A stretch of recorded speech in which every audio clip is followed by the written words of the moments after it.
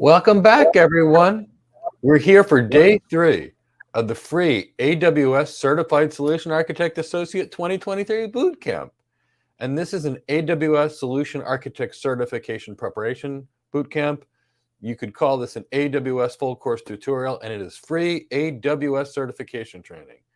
So in this free AWS certification course online, we're helping you prepare for the AWS Certified Solution Architect Associate certification, and this is a free AWS course. And I want to make sure that you pass the AWS Certified Solution Architect SAACO3 exam. So a couple things in housekeeping. In addition to this live course, we have a completely free, and I want you to all download, Certified Solution Architect Associate and Professional book, as well as some lab demos. And that enables us to focus on the content and the concepts. And we do this because I've interviewed thousands of AWS certified people, and all of them know how to configure. And by the way, there's free configuration guides on the AWS page, but almost none of them know anything about the AWS cloud computing, or how it works. So that's why our focus is here. Now I've got something special and free for all of you, and I want every last one of you to join me tonight. We have a completely free, how to get your first cloud job webinar. And not only will it teach you how to get your first cloud job, we're going to teach you the things that you need to know to be the ultimate cloud architect. So not only can you get hired, regardless of your levels of experience, and I get somebody hired every single day with lack of experience, and we'll tell you how to progress in your careers. And if you want, I know people say it's not possible, but I can give you example after example after example of people that we have working in AWS, Azure, Google, Deloitte, Accenture, Capgemini, JP Morgan Chase Bank, Barclays Bank, BBC, and so many of them have no experience too. And you can see lots of their stories on our website. And tonight we're going to teach you how to get hired. So make sure that you are there tonight, because I want to know that any one of you that wants a cloud architect job gets a cloud architect job. And if you're looking for other jobs, guess what? We can help you learn how to get them too, because we get people hired every single day. And it's so important for me that you not just pass a certification exam, because that's not that hard to do, that you have a career, because it's all about your career as a cloud architect, solution architect, cloud engineer, DevOps engineer, or whatever you want. So please enjoy this free cloud architect training in this AWS Cloud Computing full course. And let's get started, and make sure that you're there. And our cats are all prepared for demonstrations. I know I like to use Sydney the cat, my beautiful cat daughter. And we've got Sunny the cat from Chris's house. And sometimes when we talk about communications, of course, we need our cats. We love our cats, love our cats, love our cats. So let's make sure we get some great training today. Let me know that you're ready by giving me a hashtag AWS Solution Architect Associate. And my team right now will pop a link to that webinar so that you can join us tonight. It's super important that you join us. And then we will begin. But I'm waiting to see some hashtags to know that you're awake, alert, and oriented, just like me. I've had my 16 cups of coffee this morning. I'm exaggerating. It was really 3, but I've had plenty of them. So I want to know that you're awake and here, because I want to make sure we maximize our learning experience. I see Chow has put the link to our free webinar tonight. I strongly encourage all of you to join this. This is probably the most important webinar and thing that we're going to be discussing all week. What's the point of training if you can't close that job, close the deal, and get that big job that really gives you a high pay for the rest of your life?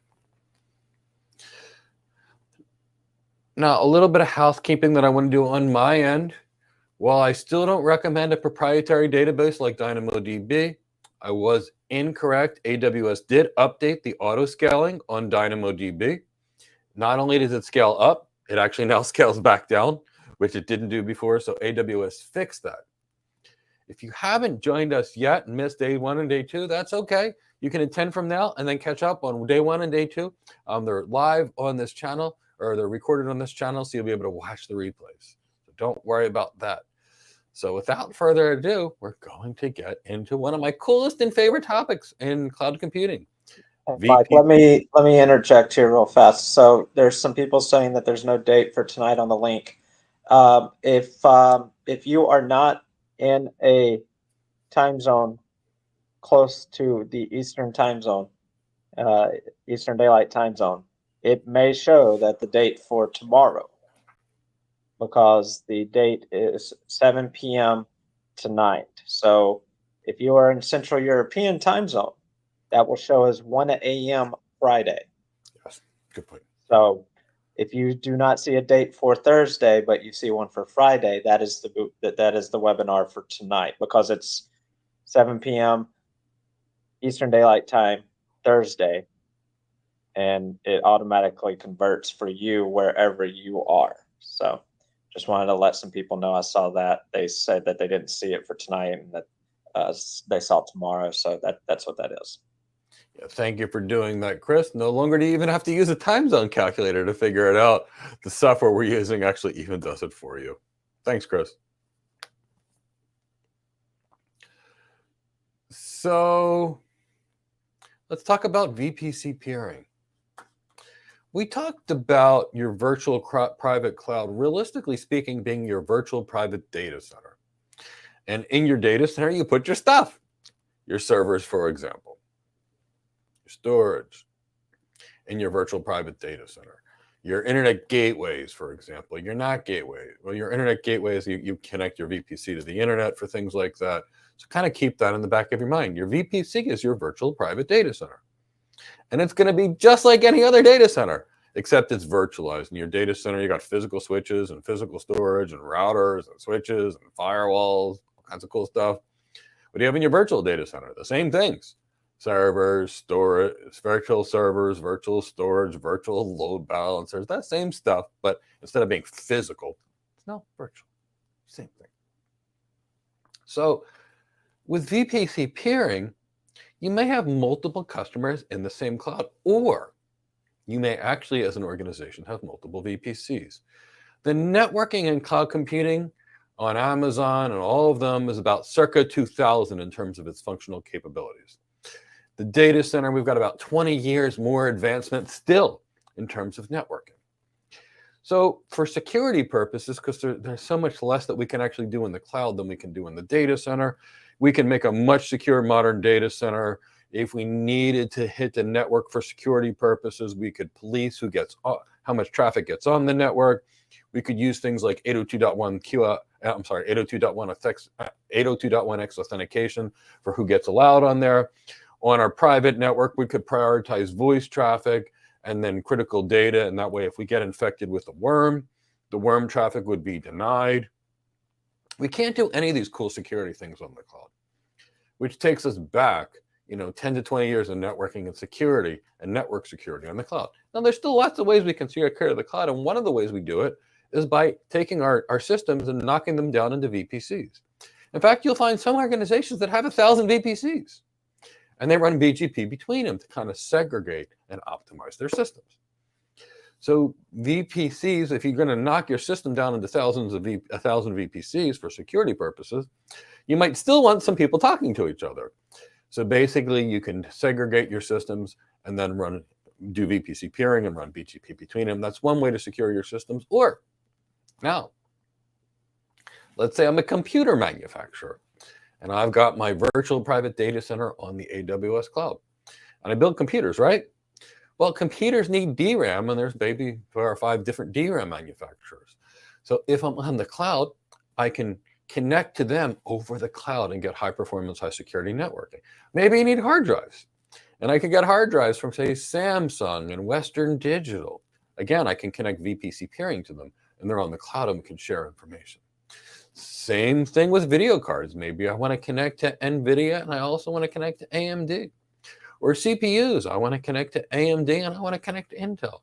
And we can do all that over the cloud. So VPC peering enables me to connect to somebody else or and connect them over the single cloud. Or if I took my network and segmented it down into little micro VPCs and I want to connect them to each other and to enhance security, I can do that too with VPC peering. So VPC peering is very cool.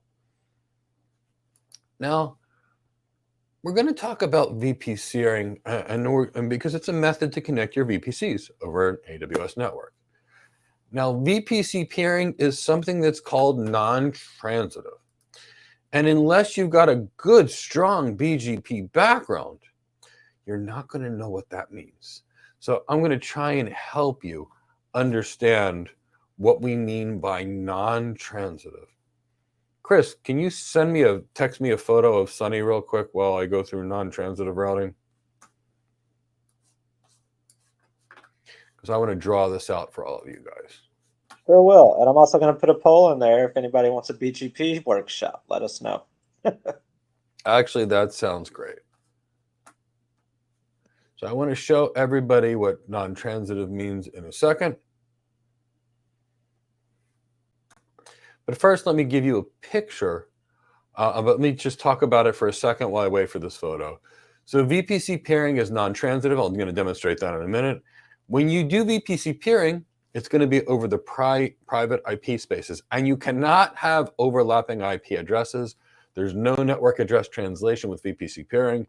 If you need to connect two systems that have got overlapping IP addresses, it's probably better to use something called private link, which we talked about yesterday when we talked about interface endpoints. And the other thing that I want you to know is if you're going to do VPC peering between your region in the US and a region in, say, Europe, it's going to be encrypted because inter-region VPC traffic is encrypted. So let me first show you architecturally what VPC peering looks like in case you're not used to seeing this, and then I'm going to explain the transitive versus the non-transitive using my favorite animal, the cat. So in this particular environment, here we've got two VPCs. It could be organization A and organization B, and they can talk to each other through VPC peering. So that is what we mean by VPC peering.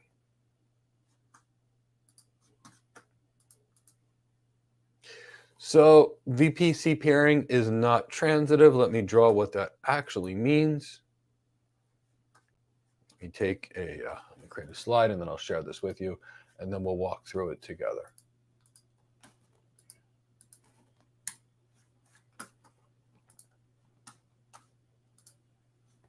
Oh, that's a great photo, Chris. So in this particular environment, we're going to use cats. Now we've got this beautiful cat, Sunny. It's a Maine Coon. This happens to be Chris's cat.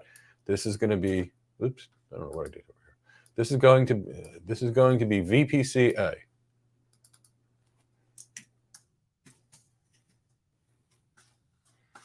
And then we're also going to, oh, did I not? We've got a cat, and that's going to be our virtual private cloud A. Now, at the same time, we're going to have another cat over here that's going to be VPC-B. This is a photo I took 2 days ago of my beautiful cat, Cindy. She's very sweet, by the way. I adopted her from my wife, but let's just say she became my little buddy. And then while we're at it, we're going to also add another cat for argument's sake. Let me get her. Let me just grab her real quick so I can show you the other one that we're going to use.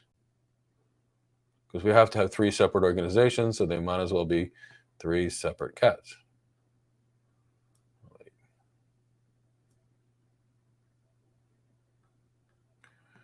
Bear with me a second while I try and do this for you guys. If not, we'll just we'll use another Cindy. But I took some really good photos of my brother's cat while I was in Philadelphia, but I can't seem to find them right now.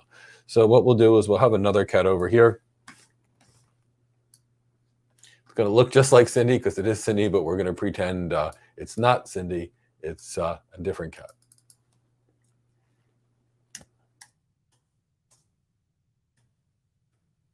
So if we've got Sunny the cat that says, I know how to reach the world's greatest tuna website, and she tells Cindy, and Cindy tells Sunny, I know how to reach the best shrimp website.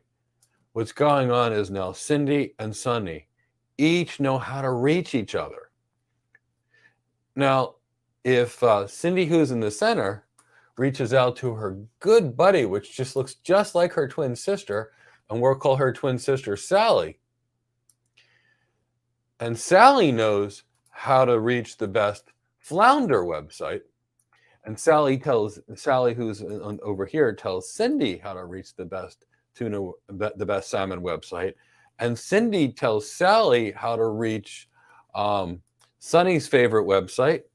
Then Sally will know how to go through Cindy in order to reach Sunny's favorite website over here. But if Sunny tells Cindy and Cindy doesn't tell Sally, then Sally has no means of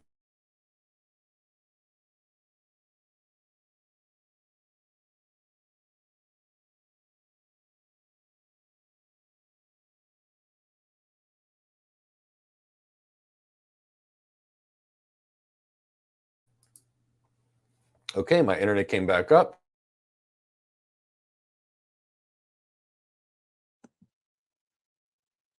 And Mike, are you there?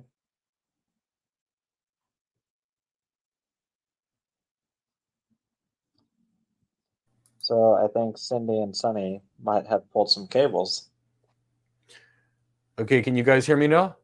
We can hear you now. Okay, I don't know what happened. My AT&T internet connection went down, so I had to go to my Verizon internet connection down. Well, that's what happens when Cindy, the engineer, gets in there. Absolutely. My cat, just in case you wanted to know, is a wonderful troubleshooting coach. She loves to pull cables. So the point is if Sunny over here were to tell Sally over here how to reach the world's greatest tuna, then Sally will go through Cindy to reach the world's greatest tuna. But if Sunny tells Cindy and Cindy doesn't tell Sally, then Sally will have no idea how to reach the world's greatest tuna through Sunny. That's what we mean by non-transitive. So if I tell you and you don't tell somebody else doesn't know about the things that I told you. That's exactly what we're talking about with regards to non-transitive. So how does this work? How do you connect lots of VPCs and make them talk to each other if they don't tell their friends the things they learned? Well, there's really two ways to do it. So, and for those of you that are familiar with interior BGP, it's the same thing, because VPC peering is based on 30-year-old BGP peering. So because VPC peering is not transitive, we can either create non-transitive hub and spoke connections, or we can fully mesh, and I'll talk about that. Now, fully meshed, and I'll show you what that looks like, gets very ugly very fast in terms of connections. And we'll go through that why. So first, I'm going to show you hub and spoke, which is the traditional way people build networks. In the center in this environment, we've got VPC-A. VPC-A learns about VPC's roots, VPC-B's roots, VPC-G's roots, VPC-F's roots, VPC-E's roots, and VPC-D's roots. Now, VPC-A can reach everybody because it's the hub. Now, in this particular environment, because it's not transitive, VPC-B at the top cannot talk to VPC-C through VPC-A because it is not transitive. If it was transitive, like a traditional hub and spoke WAN, VPC-B could reach VPC-F, E, D, C, and G through VPC-A. But this is non-transitive, just like interior BGP. So we have to fully mesh our VPC peers.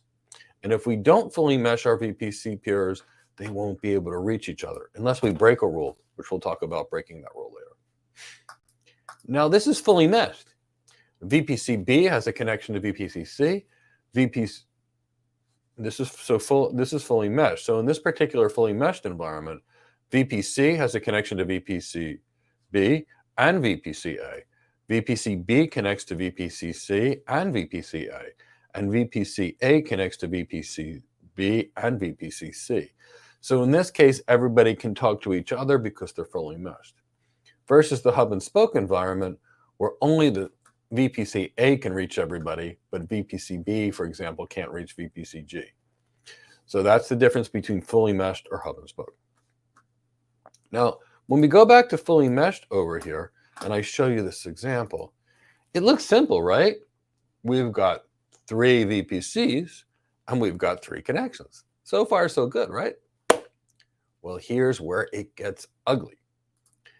As the number of VPCs increase, the connections increase kind of exponentially. And the formula, in case you wanted to know, is n times n minus 1 divided by 2. So if we've got 3, like we have in that photo I just showed you, 3 VPCs, we've got 3 times 3 minus 1, which is 2, which gives us 6 divided by 2. It's 3. Now, if we've got 5 of them, watch how fast this grows. We have 5 times 5 minus 4. Now that gives us 20 divided by 2, which gives us 10. Now we've got 10 VPCs. Now lots of organizations have 1,000 of them. Well, let's just say we've got 10. So we've got 10 times 10 minus 1, which is 9. So we've got 90 divided by 2, which is 45. Do you see how rapidly this stuff increases? So fully meshed is not scalable. So in the world I come from, which is network architecture, we created this really cool thing called a route reflector. And a route reflector basically says, hey, instead of being non-transitive, be transitive. So I'm going to show you what that looks like. And but I want to talk about it a little bit first. So if you wanted to connect your VPCs, all of them, together with the VPN, virtual private network, you could use something called Cloud Hub.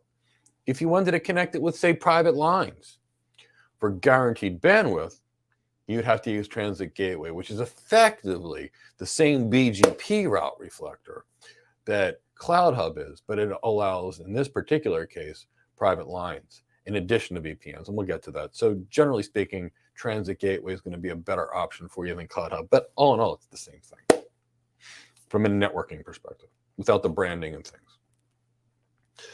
So what is Cloud Hub? Cloud Hub is basically a BGP route reflector that basically says, allow transitive connections. And that makes it easy to set up a hub and spoke multi-site VPN. And basically what'll happen is each remote site will connect to the center via eBGP, which is fully transitive, where iBGP is not transitive. And that will enable full-scale routing. So let me walk you through an architectural example of this.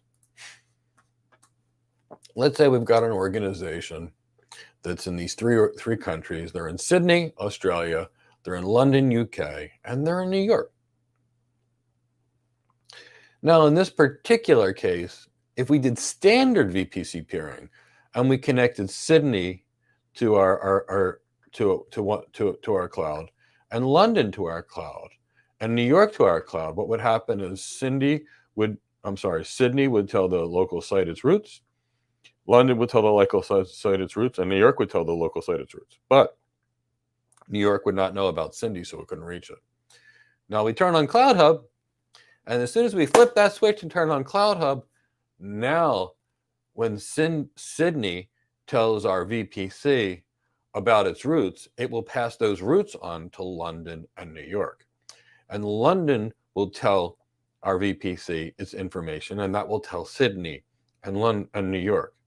And when New York tells its routes to our VPC, London and Sydney will reach it, which now means what you can see is in this particular case, because we turned on transitive routing, Sydney can now go to the center and now can have its traffic rerouted to New York, for example. Now that's transitive routing. So Cloud Hub basically just says, break the rules of non-transitive routing in much the same way that the 30-year-old BGP route reflector did for BGP. Same thing. So when we're talking tech, I want you to let you know that it almost never changes. In fact, I think it's RFC 195 or was it 1925? I forget which one it is. But they always talked about there is no new tech. There's just the old tech that gets faster and gets rebranded. Frame Relay Cloud from 2.5 decades ago. AWS Cloud from now. Almost the same. The only difference was, and then it was just networking transit, and now it's networking and compute. The same concept. So it's just, now the first routers had a CPU of a few megahertz. Now they've got multi-cores with gigahertz. But yeah, it's just the speed that's gone up For the most part, the technology is still the same that it was for the last few decades.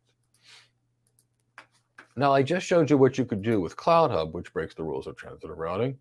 Now we've got Transit Gateway, same thing, but now we can connect New York to our VPC via a private line and not just a VPN.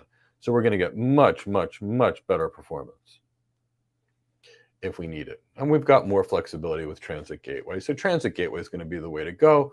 But from an architecture perspective, I wanted you to understand, for the most part, it's the same thing. Like the Who song, meet the new boss, same as the old boss. And I encourage you, when you're dealing with these shows and you go to an AWS show or an Azure show or a Google show, if you truly understand the underlying technology, when they say we got a new feature, it's like, yeah, that's the same as this, and that's just slightly enhanced. And that's really what we're talking about.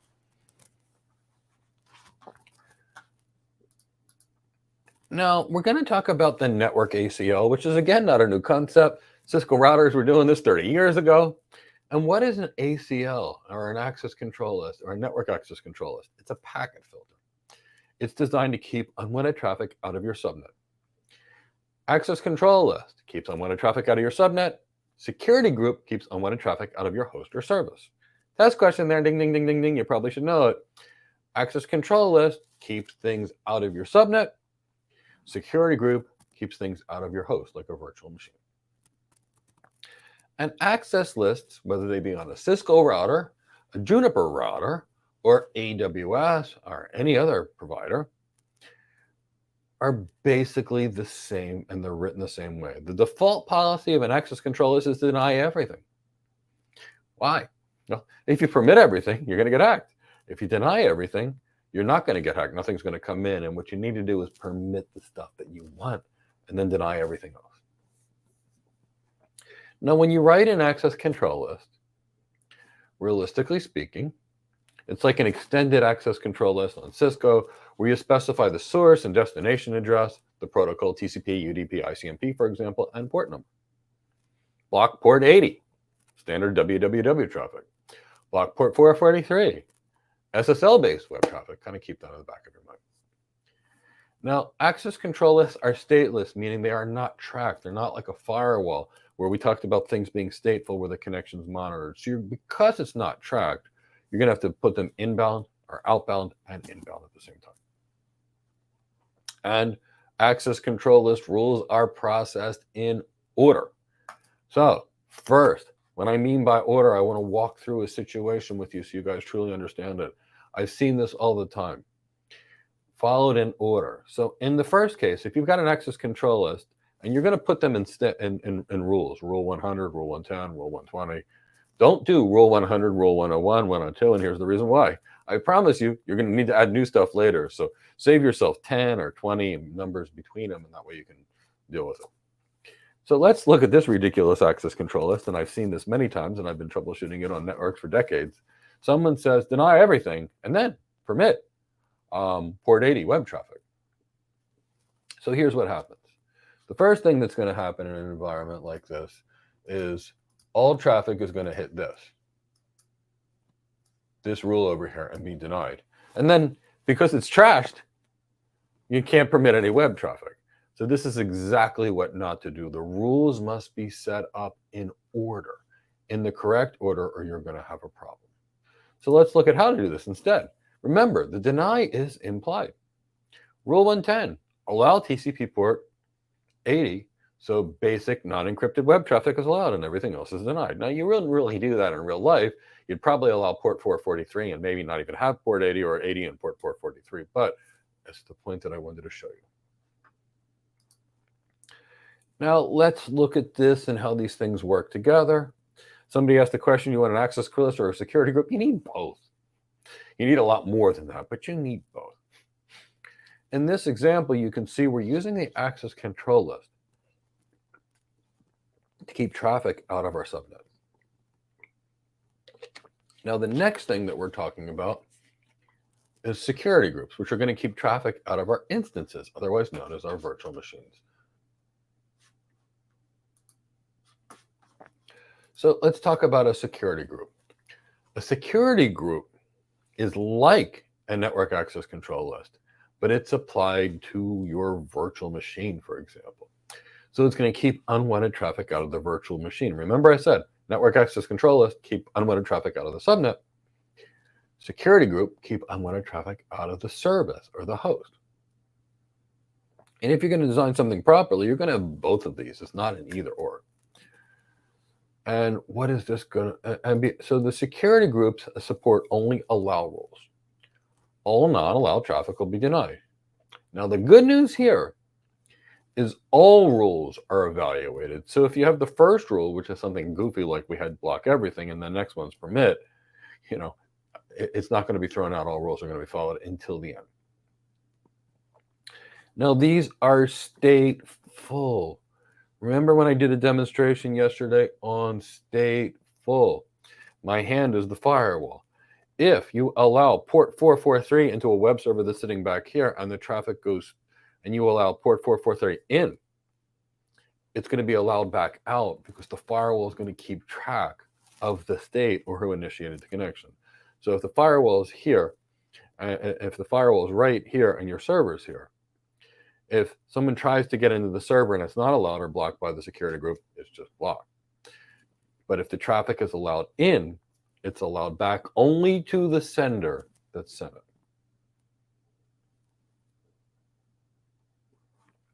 So let me show you the security groups, and then we'll take some time and answer some questions. Regarding a security group, here's what it looks like. Note the security group is highlighted in blue. So what we have is the network access control is protecting the subnet, and now we're talking security group, so the security group is in blue. So let's use this as an opportunity to ask some questions in case they popped up.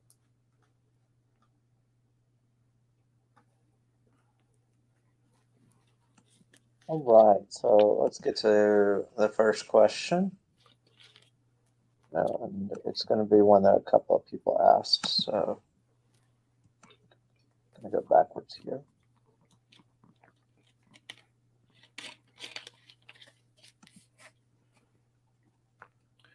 What is the difference between Cloud Hub and VPC peering? Cloud Hub is for VPC peering. VPC peering is to connect two organizations together. Cloud Hub removes the non-transitive routing that we talked about before. So if you'll recall, when I showed you this, bear with me a second. In this particular environment, we have VPC peering, where VPC B is connected to VPC A and A is connected to all these other VPCs. But VPC peering by itself is not transitive. And what that really means is traffic from VPC B, if it wanted to go to VPC D, is not allowed. Now, here we've got the same situation, but we turned on Cloud Hub. And Cloud Hub says, you're now allowed to forward the information from Boston to, say, Washington or San Francisco. So Cloud Hub is a means to make VPC peering more flexible. Good question.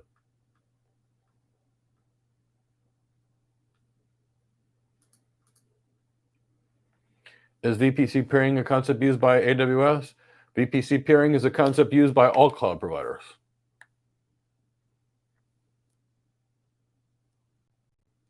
Some call it VNet peering, but it's the same thing.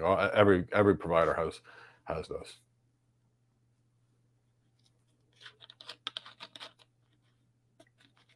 Wilkin Alexander, an access control list has nothing to do with the route table. The route table has to do with a router's building a map on how to reach the destination. And an access control list says you're blocked, you're not allowed from entering this room. So kind of think of the access control list as a bouncer at a club. You try and walk in the club and they say, denied, you're not on the list. That's an access control list. A route table is like a map, which says to get to this point, go here. To get to that point, go that way.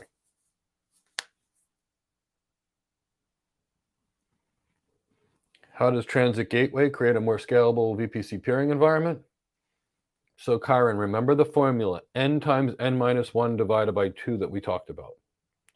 Now, you can only have 125 VPC peering sessions unless they change it. The last time I checked, it was 125, which is nothing. Remember, if I've got, let's say I've got, let me get a calculator to prove the concept. So many organizations have, literally speaking, 1,000 VPCs, and they need to connect them together in an intelligent manner. But we can only do, and there's lots of workarounds that we have to get through to AWS to try and create modern networking, because it's literally speaking 20-year-old networking. So if we had 15 VPC peering sessions, remember the formula is n times n minus 1 divided by 2. So it would be 15 times 14, 15 minus 1, and that would give us 210 divided by 2, and now we've got 105. So right now, if we don't use Transit Gateway or Cloud Hub, with 15 VPCs, we're pretty much out of peers because of the formula in order to get the peers to talk to each other by fully meshing them. By comparison, we could do a full 125 peers with Cloud Hub or Transit Gateway equivalent. I think we can do even more with Transit Gateway, but that's the reason why it helps. It eliminates the fully meshed requirements, and we're getting rid of the fully meshed requirements. It helps things go. Same way as we had problem with when we have large internet service provider IBGP networks, and you have 1,000 routers, and they'd have to be fully meshed versus just connecting to a route reflector or 2 route reflectors, which does it for you. VPC peering versus VPN, they're totally unrelated technologies. VPC peering is how do I connect 2 separate entities. A virtual private network is how do we take a public network like the internet and encrypt our traffic so that nobody can see it or use it to harm us.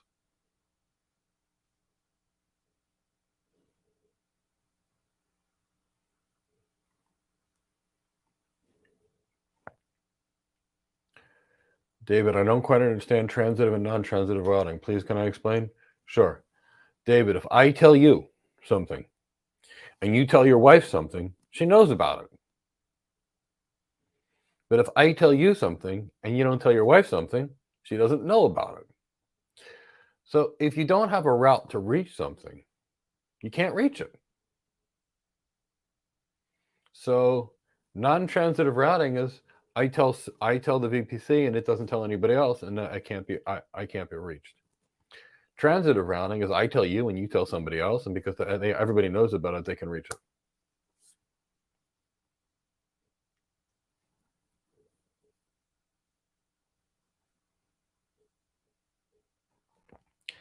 Is ATT internal facing applicable for better security for the instances? I have no idea what you're talking about.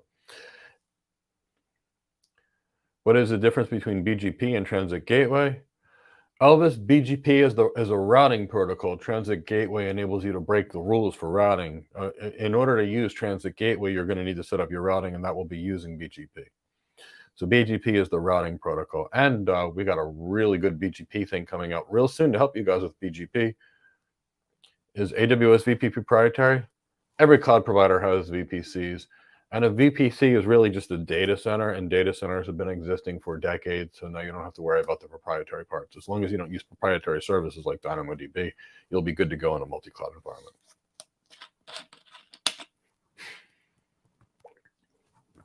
In a hub and spoke model, how do you determine the IP range selection?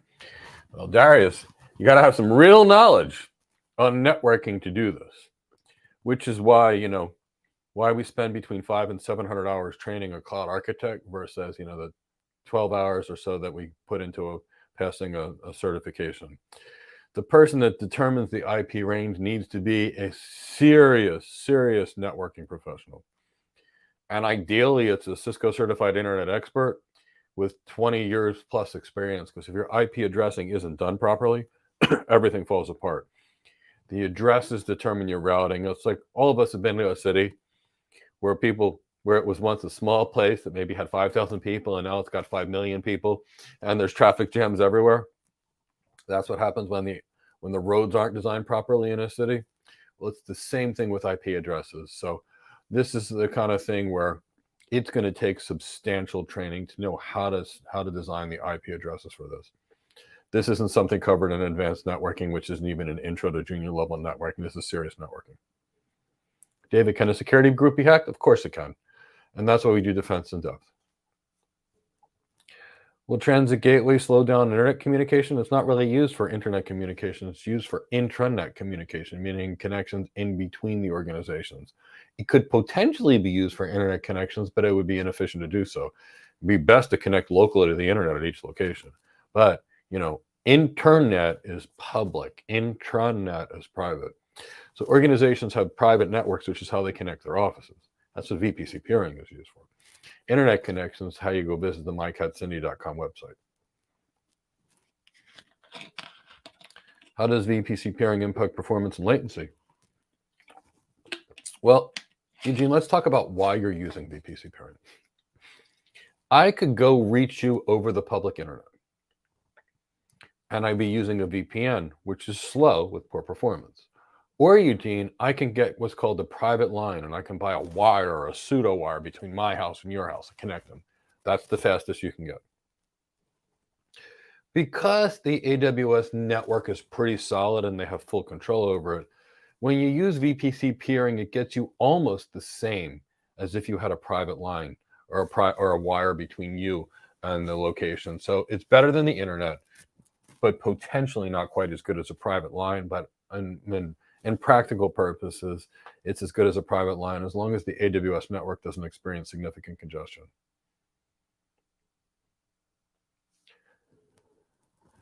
When you mentioned about the number of connections, can they have, or there's a maximum possible connections? Yes, there's a maximum. It's typically 125, and that's why you would use private link if you've got more than them. There's lots of limitations. Or you might do it in BGP. We had the concept of a confederation. We would chop our organization into like 10 minimum organizations. So what we could do is we could have one VPC that connects to 100 VPCs with, say, Transit Gateway, and another VPC that connects to another 100 VPCs. And we could tie them together with VPC peering, and we could summarize the routes to make sure that all the routing can be reached. But again, we're getting into serious network architecture components. And they will never be covered in anything basic like the advanced networking. This is real networking. I don't know what you mean by ECMP. If you have a question, please describe it in full words, not acronyms, so I can understand what you mean, because there's a lot of things that I know of ECMP. So how does an ACL evaluate traffic? Remember what we talked about, that you have to put on the ACL. You have to put source, destination, protocol, and port number, meaning source of address, destination address, protocol, TCP, UDP, IDCMP, as well as port numbers, port 80, port 443, port 20, port 21, etc.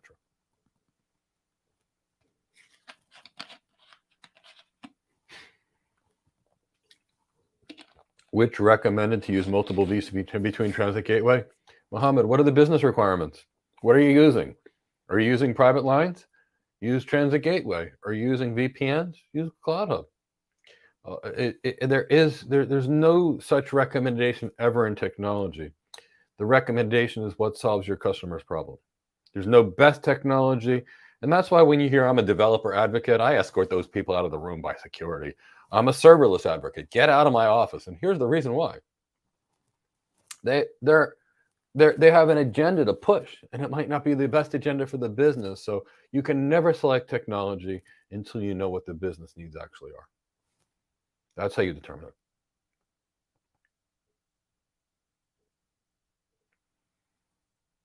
it. Consensus mechanism. I'm not a blockchain architect. I'm an enterprise architect and a cloud architect, so I can't comment on other people's careers. You get confused with CIDR. Is it possible that you created IP that someone else is in a network also? Most likely it will be if you're using private IP addresses. If you don't understand CIDR, I'm going to make this clear, and I mean this in the most respectful way. Learn it, because if you don't understand CIDR, you will destroy your customers. They will have outages for hours and hours at a time, and you will cause millions or billions of dollars of damage, and you will be replaced by someone that does know CIDR routing. So we've got a CCNA bootcamp, which will teach you some CIDR routing, and it's completely free that you can see. You could take our training and we'll teach you that. But if you don't understand CIDR, there's nothing you can do in an architecture perspective, because the network is the foundation for everything. It's kind of like a house. If you build the house on the ocean and there's nothing underneath, it's going to sink. If you don't have the IP addressing, you're going to be in real trouble.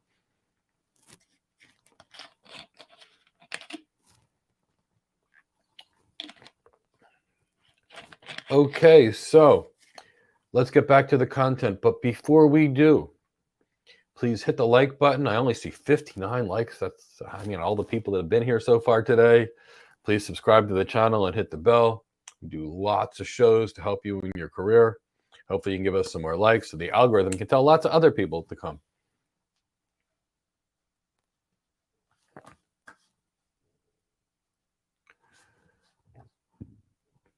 So let's talk about another way to facilitate hub and spoke traffic. We can use what's called a transit VPC. Again, this is another 50-year-old, 30 to 50-year-old networking, not about 35-year-old networking, maybe even older than that, networking technology that the cloud providers are starting to adapt to try and work around their networking weaknesses. So transit VPC effectively is where you're going to create a virtual private cloud or virtual data center, and you're going to use that as an intermediary to connect multiple VPCs. So basically you're creating an environment, it's got a router in it, and it's just going to connect other environments. This is going to enable you to scale fairly well. And it's just using the cloud as a conduit for traffic back and forth to some VPCs. So in the transit VPC basically will have the spokes directly connected to it, and everybody's going to connect to this via eBGP. Like I said, if you don't know BGP, you're going to have a real problem in your technology career. And what happens is you'll connect to the transit VPC. The traffic will be routed through the transit VPC over the AWS Global Network. And the transit VPC has all the spokes connecting directly to it. It obviously uses BGP to do so because it's an exterior environment. It'll keep the data flowing privately.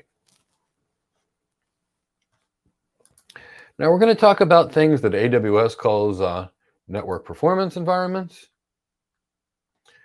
And we'll talk about a few things. We're going to talk about something called placement groups, which again are not a new concept. We've been using them in data centers for decades. We'll talk about something called single root IO virtualization. I hate when marketing terms marketing people make up ridiculous names so we don't know what it is. We'll talk about the Elastic Fabric adapter. We'll talk about AWS Route 53, and we'll talk about elastic load balancers. We're going to begin with placement groups.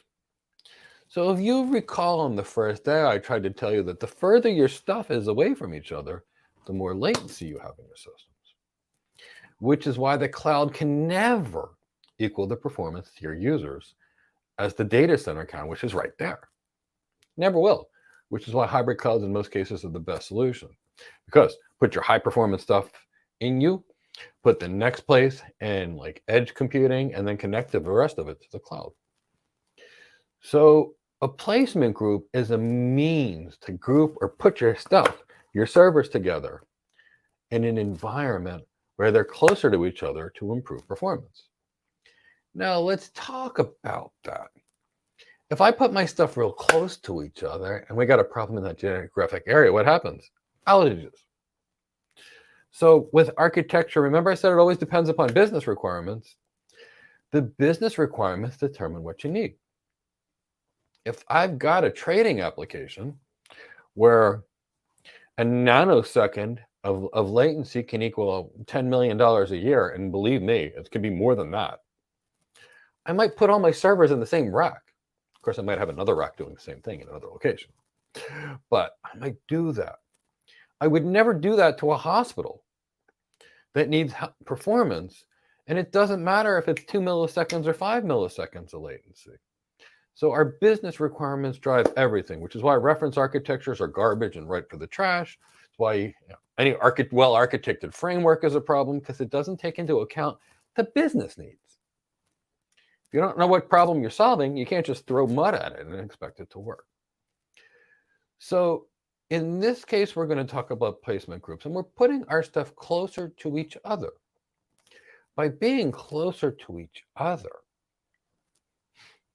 we get lower latency, higher packet per second performance, and better throughput. And placement groups, you typically think about high performance computing, where that internode, server to server connections. talking to each other are pretty important. So we're going to talk about basically 3 different kinds of placement groups in order to optimize your performance. First thing we're going to talk about is the highest risk and the highest performance. Like I said, everything's a trade. My wife would say money, pleasure, calories, it's all a trade. You trade your money for the stuff you want. You eat too many calories, you gain weight, but you're happy. Or you eat too little calories and you lose weight. Those kind of things. It's a trade. What are you trying to achieve? Same thing here. So we'll talk about the cluster placement group. All your stuff is in the same rack, on the same, in many cases, all on the same server. Now, let me tell you, if you're looking for high packet switching performance and it's all in the same box, it's going to be pretty fast.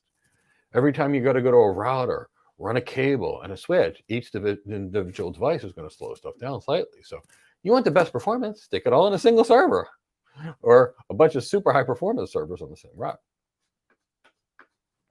So what's this look like? It looks like this. You got a rack and you got all your stuff. Now, think about this for a second. It's all in the same rack. You may only have one power source to that rack, although hopefully you're on 2 different circuit breakers on this rack. At least the systems that I set up are. Because your servers have 2 power supplies. Each power supply should plug into a different power distribution unit, which is on a different circuit breaker inside of the systems, all on different generators in case the power goes down. But not everybody designs these things the same way. But you got the best performance. But power fails in that rack, for example, your whole rack's taken down. Network switch that's used to plug that server into the rack goes down, you're done. So ideally, they're using multiple network switches, again, connected to 2 different points, but you never know how your service provider does things. You have no control when it's the cloud. And the cloud provider may not spend as much money on redundancy and availability as you would for your own business, because they're looking for average needs. That's how they do things. Again, it's the difference between cloud, single stock unit that's basically optimized for the average user. Your data center you can customize for your own user. And that's why every architecture should be a hybrid cloud, meaning your own private cloud to a public cloud. Should be a hybrid cloud plus 2 different public clouds. Should be 2 public cloud providers, all based upon the business. Don't know the business, we can't design anything. So now let's talk about a partition placement group. This is a little slower, but it's going to give us a little more availability. Now, in a partition placement group, we're going to put our servers or instances across a couple of different racks. Power failure rack goes bad on a single rack, switch goes bad. We got some redundancy here. And it's going to give us very good performance because the stuff's still in the same data center. So we spread it out a little bit. Slower, but higher availability. Now, if a nanosecond is going to mean $100 million a year, don't use this. But if you need relatively low latency performance, this can be great. And you get some availability. So let's look at what this looks like. In this particular solution, we've got multiple servers per rack, and we spread it across the data center. How much latency exists in a data center? Almost nothing, because it's a fiber optic connection from point A to point B. Now, it will be nanoseconds. It might even be a millisecond, but it's still pretty darn good. Again, all based upon business requirements. How much latency could you tolerate? Now let's look at a slightly different way to group our stuff, our servers. We could do what's called the spread placement group. Now we got the highest latency of the bunch, but we got the highest availability of the bunch. And basically what we're doing is we're spreading our servers or virtual machines across hardware, racks, servers, power distribution units, and you might even spread them across availability zones. And that way, if a single data center goes down, you still have something. So this is what a spread placement group would be. Again, worst performance, but highest availability of the bunch. So what are your business requirements? What are your business requirements? And you know what to architect. And that's why architecture is not engineering. Half of what we do is focusing on business performance. Next. Single I/O root virtualization. I mean, seriously, what crazy marketing person came up with this? So here's all this is. When we talk about single root I/O virtualization, if any of you have worked with virtualization, and in every system on the cloud is a virtual machine, but if any of you worked with VMware or true KVM virtualization, you'll understand this better. So when you create a virtual machine in a server, it typically makes a fake video card and a logical network card. And they're all software-based stuff, which means software is slow and hardware is fast. So for the Bitcoin miners out there, for example, in the old days, people used their CPU to mine Bitcoin, and they could do a few thousand SHA-256 calculations per second. Now, all of a sudden, the ASIC or specific hardware application-specific integrated circuits come out, and now you can do 100 terahashes per second, which is like exponentially longer for about the same power as you could have done on the servers. So the point is, hardware is fast and software is slow, which is why organizations that need big, powerful routers and switches use specifically hardware that does things fast and hardware. It's the same reason why when people play video games, they use a real GPU instead of a software-based GPU. So if you really need high-performance networking, the logical pseudo network card that's created by your virtualization software is going to be slow, much slower than that 100 gig network card that you're going to pop into that computer. That's a physical card that can easily do 100 gigs of networking. So single root I/O is basically pushing a physical card into the virtual machine. So if any of you, it uses a technology called PCI pass-through, where when you're pushing physical hardware into your virtual machine. For any of you that ever wanted to do any kind of machine learning in the cloud, it's the same technology, but they would call it PCI pass-through as opposed to single root I/O virtualization. They're pushing a GPU into the virtual machine, or in many cases, 6, 7, or 8 GPUs into the virtual machine.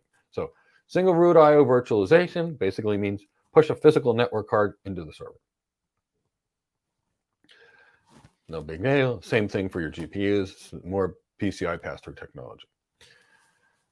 So let's talk about the virtual fabric adapter.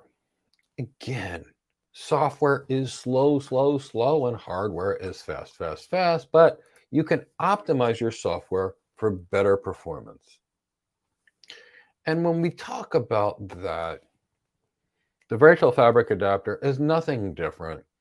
It is a special logical software-based network adapter that performs better than the standard virtualization one. So single root I/O virtualization, push a card directly into the virtual machine.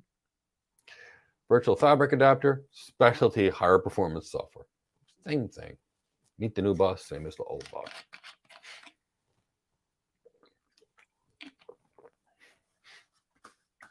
Next, we're going to be talking about DNS on Route 53.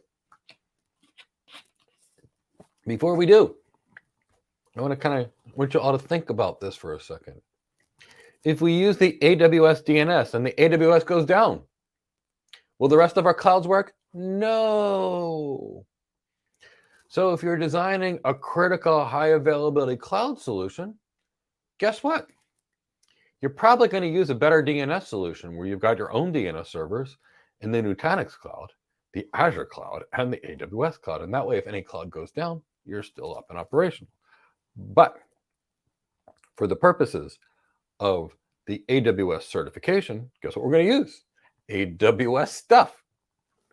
Even if that might not be what you would do in a truly high availability system. So what is DNS, or the domain name system? Let's face it, every device on the internet needs an IP address, and even on the intranet. Now, I got to tell you, it's a lot easier for us to remember this, and I'll give you an example to try and show you why we've done this. So which do you think is easier to remember? An IP address or www.cisco.com? I mean, seriously, think about it. What do you think you'll have an easier time remembering? www.cisco.com or an IP address? So all DNS really does is it maps a name to an IP address. In fact, let's look. I'll tell you what Cisco's IP address is right now.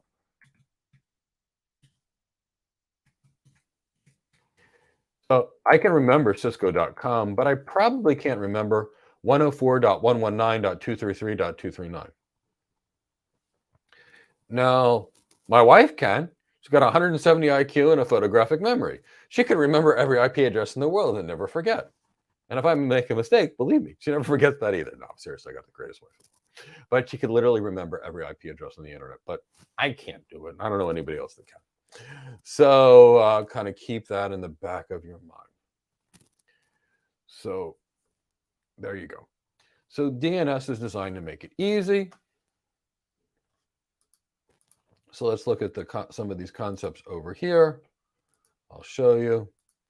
So here we go. We want to go to Amazon.com. You type www.amazon.com on your computer. Your computer sends that request to a DNS server. Could be AWS's DNS or anybody's DNS, for that matter. It's irrelevant. DNS gives your computer the IP address, and then your computer reaches out directly to the IP address. Now here, when I was getting Cisco IP's address, what I did is I did an NS lookup of a website. Here you go. We did an NS lookup of www.gocloudcareers.com, where we train cloud architects and get cloud architects hired, teach people how to win the interview, and then teach people how to increase their tech salaries. So here I did an NS lookup of our own website, and you can see our 2 IP addresses. Now, why do you see 2 IP addresses here? Because we've got 2 web servers. We wouldn't just use one. And they're in 2 different locations, and we send load data to both locations should anything occur. Because you can't rely on a single web server, single point of failure. So now let's talk about what goes in to a domain name.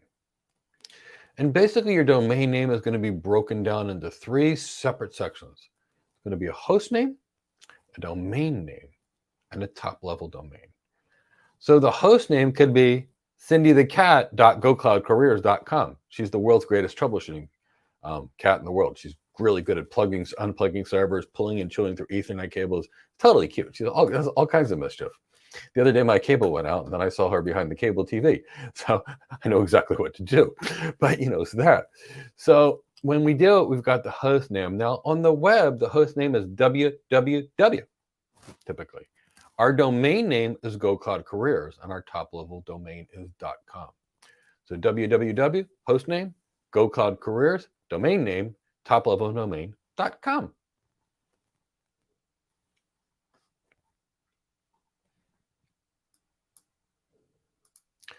Now, in order for all this DNS magic to work, we're going to have something called a DNS record. And really, it's a text file, but it's a set of instructions that are located on the DNS servers that provide information about a domain. And they're put in a particular format known as DNS syntax. Most of your DNS work is done by systems administrators. That's kind of one of the things that are typically on their list of files. And the DNS syntax tells the DNS server how to carry out its actions. And when we do this, we've got something called the TTL, which is how long a DNS server will keep the information. Now, why? If you change something and it would never time out, nobody would ever know about the new thing. So we're going to have a time to live. And a time to live is normally measured in seconds unless confirmed otherwise. And there's a huge, huge list of DNS records that do lots of things. But we're going to talk only about the most popular ones. Now, while we're into this, guess what? You can use any DNS environment you want. In fact, typically throughout my career, we've used the F5 DNS systems. And if I was designing a mission-critical system, I'd be sticking DNS servers from F5 in every cloud provider I had. And our sysadmins would figure out how to configure it somehow. But with AWS, you could use their system and it's Route 53, which generally speaking is a pretty high availability, good DNS platform. Again, there's nothing that any of these AWS services are that aren't excellent. It's just, I want redundancy across clouds because all technology will fail and all clouds have failed, and they've all failed so far. It's not the cloud providers being bad. All tech fails. That's just part of it.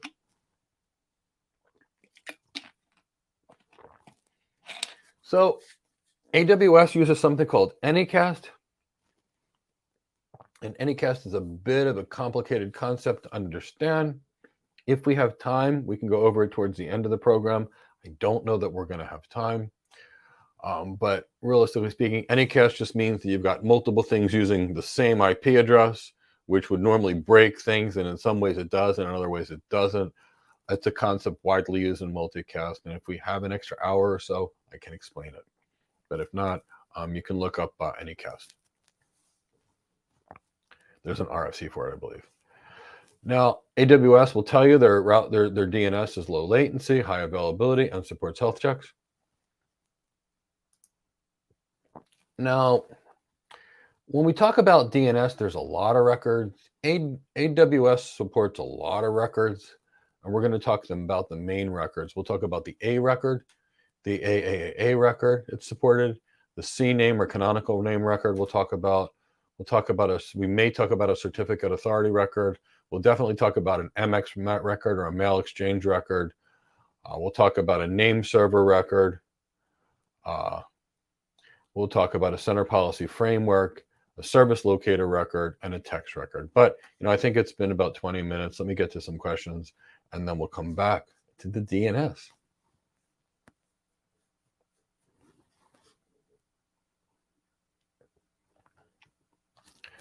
To make sure I understand that, you're saying the data center service rack has multiple physical 10100 ports for each VM that you're building on a server. Well, I don't think any server has a 10100 port on it, and in the last 15 years, it's going to have either a 1 gigabit, a 10 gigabit, or 100 gigabit ports on it for the physical server. And the logical ports in these, the logical ports here, realistically speaking, are going to be much faster than that. But every data center rack is going to have a switch, and the switches are going to connect to those servers with 1 gig, 10 gig, or 100 gig ports. And it may connect with multiple 100 gig ports with a link aggregation group. Now, the key is not every data center has 2 switches per rack. Most do not. Mission critical data centers, the kind that I design for banks, always have 2 switches per rack, but most do not. So that's really going to be based upon what you need, and they're going to be different in every different situation. So I can't tell you what the cloud provider has, because one of the things about the cloud provider is they hide what they do, and that's why it's called a cloud. But if you're going to design a truly mission critical system, which the kind of thing I would do for a bank. I would also do it for the military if I was going to design something for them, but in most cases, that's pretty old technology, and because it gets pretty expensive to do something like that. But if I was going to design a mission critical military system, I would do it. I would also design it for a healthcare organization, because if a critical server goes down, somebody's going to die. But most do not have this set up. Some have multiple switches per rack. And a really well-designed data center would have your server plugged into 2 different switches, which would then be plugged into 2 different routers. Each router would have different power. It would have a power distribution unit. It would be on a different circuit breaker, and it would be connected to a different generator and even a different UPS. But the kind of things that I'm designing are the world's most elite companies in the world. The cloud providers, how they do it, you don't know. It could just be 1 switch, and it most likely would be 1, but it could also be 2 if they're designing mission critical systems for specialty customers. Can I explain a little on SCP? That's really not related to any of the content we're talking about, and it's not on the associate exam. It's on the professional exam. And it's just a means to use IAM to isolate, or identity and access management to isolate different parts of your network, which you could do. Or you could use VPC peering and really segregate your network and have a lot of control on the network and use network security and IAM. But it's designed to be simpler networking. You don't understand Route 53. Can I explain it again? Route 53 is the AWS branded DNS service. What does that mean? It means if you want to map a name to an IP address, you need DNS servers. Now you can use a simple Red Hat system or Ubuntu system and create a DNS server on that. You could buy an industrial grade DNS service, or DNS server like the kind from F5, or you can use the cloud providers pre-provided DNS servers, which in this case is AWS Route 53.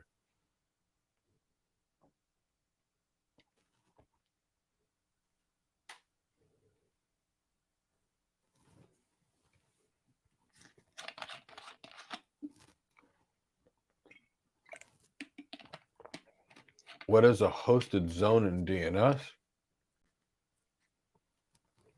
Is it memory with the DNS records? And generally speaking, and I'm not a DNS person because that's sysadmin work, I'm an architect, but generally speaking, the DNS zone file is where the files are actually that tells the DNS system how to work. But I'm not a DNS person because I'm more of an architect. Well, I've been an architect for 2.5 decades.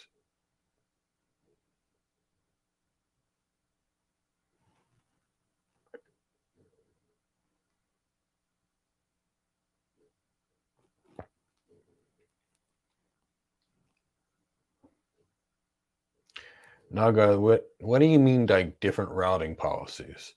And I mean this because AWS uses terms routing very differently. They talk about routing and load balancers, which isn't exactly routing. Routing policies that they support are various BGP policies, and whatever policies they do support, and you have to constantly check, are minimal compared to what you can actually do on a Cisco Juniper router, for example. Very different. Because there you could literally do anything you want on your routers and switches. And here you're literally speaking limited to a few routes, like 100 or 1,000. You're limited to minimized BGP features. You're limited to a tremendous number of things. So going back to Route 53 and DNS, and well, I'm going to ask one more question. What percentage of an architect's day will be related to networking stuff? Most of your day will be related to buying lunches, dinners, and drinks, delivering presentations, writing documents, leading a large group of team, responding to proposals. You're never going to touch the tech. What percentage of the tech is going to be the networking? Half. Probably 30 to 40%, maybe 30, 40% is going to be related to networking.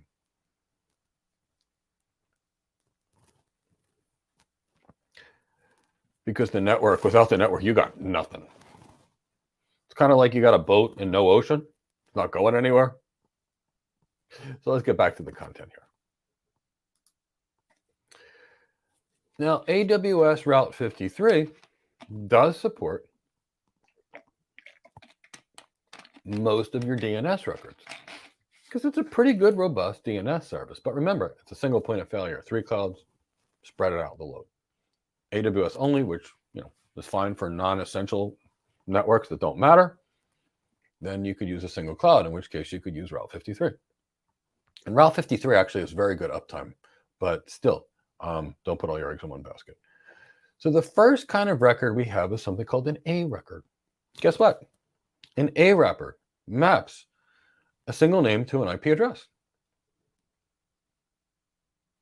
It's the most fundamental record, and it's the equivalent of an IPv, and in IPv6 we have the same thing, and it's an A record. A CNAME record. That's basically a record that maps a domain to another domain. Not exactly an alias record, which sort of does the same thing. We're not going to cover that, but it basically maps a CNAME record to an A record. So if you've want to map one domain to another domain, like www.a.com to www.b.com, here's where you're going to be using a CNAME record. What about an NS record? The NS record identifies the DNS servers that are responsible for your DNS zone. Those are your authoritative name services that propagate to official DNS information throughout the internet. And this can be several entities. Now we have an MX record. If you want to receive email you need an MX record, because an MX record is a mail record which specifies which mail servers can accept mail for your domain. And this is going to be necessary for you to be able to receive email. Next, let's talk about a start of authority record. And that's really the primary name server for a domain. It's going to be who's the responsible party for a domain, the SOA record. And it's going to be a timestamp which changes every time you update the domain. And it's going to, the number of seconds will be refreshed.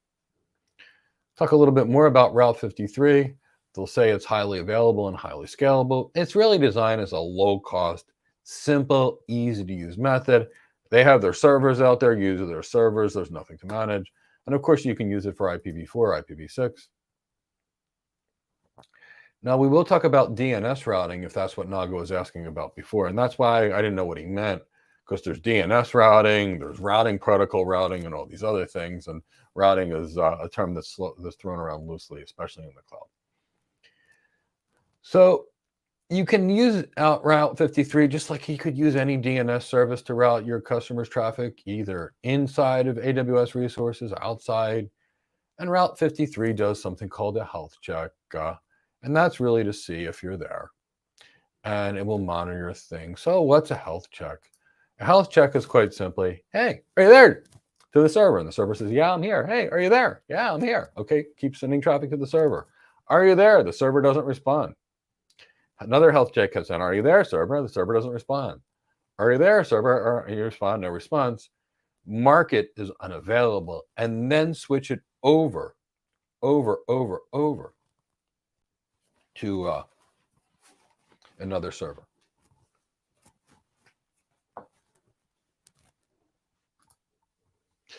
So if we talk about DNS routing, which is different than routing, which is why I didn't understand the question before when somebody asked about routing, we're going to talk about the policies that Route 53 supports, which is pretty much the same as any other DNS environment, except other DNS servers will even give you more features and functionality. AWS supports simple routing, weighted routing, latency routing, failover-based routing, geolocation-based routing, multi-value answer routing, and geo-proximity routing, and we'll talk about that. What is simple routing? It's super simple. It basically means you've got one address and you just one DNS record or multiple addresses, and it basically sends the traffic to the address. Ding, ding, ding. Very, very, very simple. And it's perfect.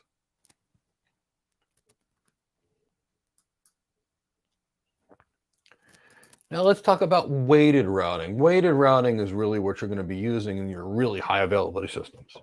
What is weighted routing? You choose how much traffic you send to each over DNS. And let's talk about a couple of why you would use this. Let's say you've got two clouds, right? The AWS cloud and the Azure cloud. Weighted routing would do this, say maybe send 50% to AWS or 50% to Azure. Or better yet, you want the cheapest solution? You got a Nutanix cloud or an OpenStack cloud in your data center. And you send 80% of the traffic to your cloud with the servers you already paid for, which you don't have to pay to use. And you send the overload to AWS, Azure, or Google, or all three. That's weighted routing. Or here's where weighted routing gets really cool. You got your web developers, and they have a new website, right? Beautiful new website for you. But it's you've tested in a dev environment and a test environment. You think it's going to work, but who knows what happens till you deploy the technology. Maybe you send 90% of the traffic to the old website and 10% of the traffic to the new website. That's working good. People like the new website. Now send 20% of the traffic to the new website and 80% to the old website. Still working. Now send 30% of the traffic to the new website and 70% to the old until you migrate it over. So that's why we use weighted routing. High availability systems, experimental website. It is beautiful. Pretty much anything I would use would, for the most part, would have a weighted routing policy in some way, shape, or form. Now, latency-based routing, this one's kind of cool too. So, for example, Google search engine optimization is related to how long it takes. So latency is one of the things that search engine optimization looks at. And users don't like it when they click the mouse button for a website and it doesn't come up instantly. They hate it. And people have gotten the attention span of my cat Cindy. If it's not there in a second, she's upset. She wants her shrimp, and when she looks at me, rubs her leg for the shrimp. If it's not ready in 30 seconds, she's like, she won't leave my feed until she gets it. Same thing going on here with latency-based routing. If you want your website fast, you use latency-based routing. What does it do? It looks at your IP address and then determines the fastest location to get you to for the lowest latency. And that gives you the best performance. Love that too. Now, what is failover routing? Failover routing is basically you set it up. Send all your data to AWS, and when AWS crashes and burns, like those 4 outages that had that one year, send all your traffic over to Azure. You can use that too. Azure's had their outages. Google's had their outages. Everybody has their outages. I'm not picking on AWS. I'm just saying plan for the outages to occur and don't use a single cloud. So failover, send it to here, and when stuff breaks, send it somewhere else. Geolocation routing is also very, very cool. It looks at the IP address of the user and sends you the website that's the closest geography. Wow, this is kind of cool. So let's say you got a country that speaks multiple languages, where they speak different languages in different parts of it. And you've got a website that's available in English, maybe Yoruba, for example, or you've got something maybe in the Middle East where it could go Hebrew, it could go Arabic, it could go Farsi, right? Based upon, the location, based upon the country you're in. So, for example, the user logs on, they want to go to the website, www.gocloudcareers.com. And out of nowhere, it says, okay, the users in Iran, send them to a Farsi website. The users in Israel, send them to a Hebrew website. The users in Abu Dhabi, send them to an Arabic website. This kind of geolocation routing is really cool to work in a global environment. Now, you can also do something called multi-value answer routing. And that's similar to simple routing, but it uses health checks, meaning it removes things from the rotation. So it's obviously a little bit better. And now we're getting into some cool stuff. Geo-proximity routing, which lets Amazon Route 53 route traffic to your resources based upon geographic location of your users and resources. You can also choose which path to route your traffic to given a resource. And this gets really, really freaky looking. Geo-proximity routing. It's a bit on these things. For example, you basically select a bias and you create these little geolocation regions, and your traffic is routing accordingly. We're going to talk about health checks in a little minute, but I keep seeing this question coming up. So tonight we will talk about what is a cloud architect. It has nothing to do with DevOps. It has nothing to do with coding. It has nothing to do with any of the things that people misconfuse it with, which is why people spend years learning all the wrong things and then don't get hired, which is why when you train for the right things, you can get hired immediately with or without experience. You don't need to know DevOps. You don't need to know SysOps. You don't need to know coding, but you do need to know architecture, which is an entirely different career. So please join us tonight for the How to Get Your First Cloud Job webinar. We'll tell you everything you need to know for the role. Let's get back to the concept. Let's talk about health checks. I basically showed you a little bit, but now I'm going to draw you. A bit of a map. I told you how a health check is just looking to see if something exists. And routers use health check, load balancers use health checks, DNS use health checks. So what does this really look like? So it's over here. Here you got 2 servers. Now, your load balancer, your DNS, even BGP uses a keep alive, which is a similar concept. Basically, a request is sent to every server. Are you there? If the server says, yes, I'm here, the response. If the server says, no, I'm not here, the server gets removed from the rotation or location. So imagine running a DNS health check between Azure and AWS.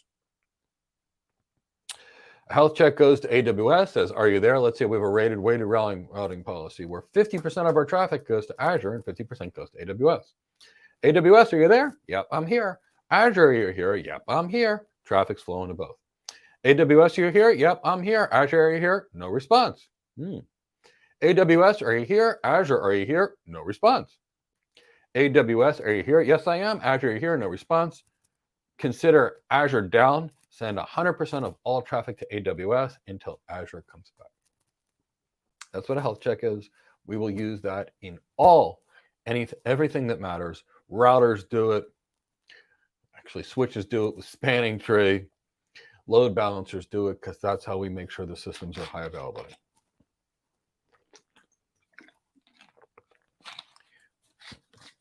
Now we're going to get into something I truly love called load balancers, even though most of my life was as a network architect and we didn't use many load balancers because we used routers.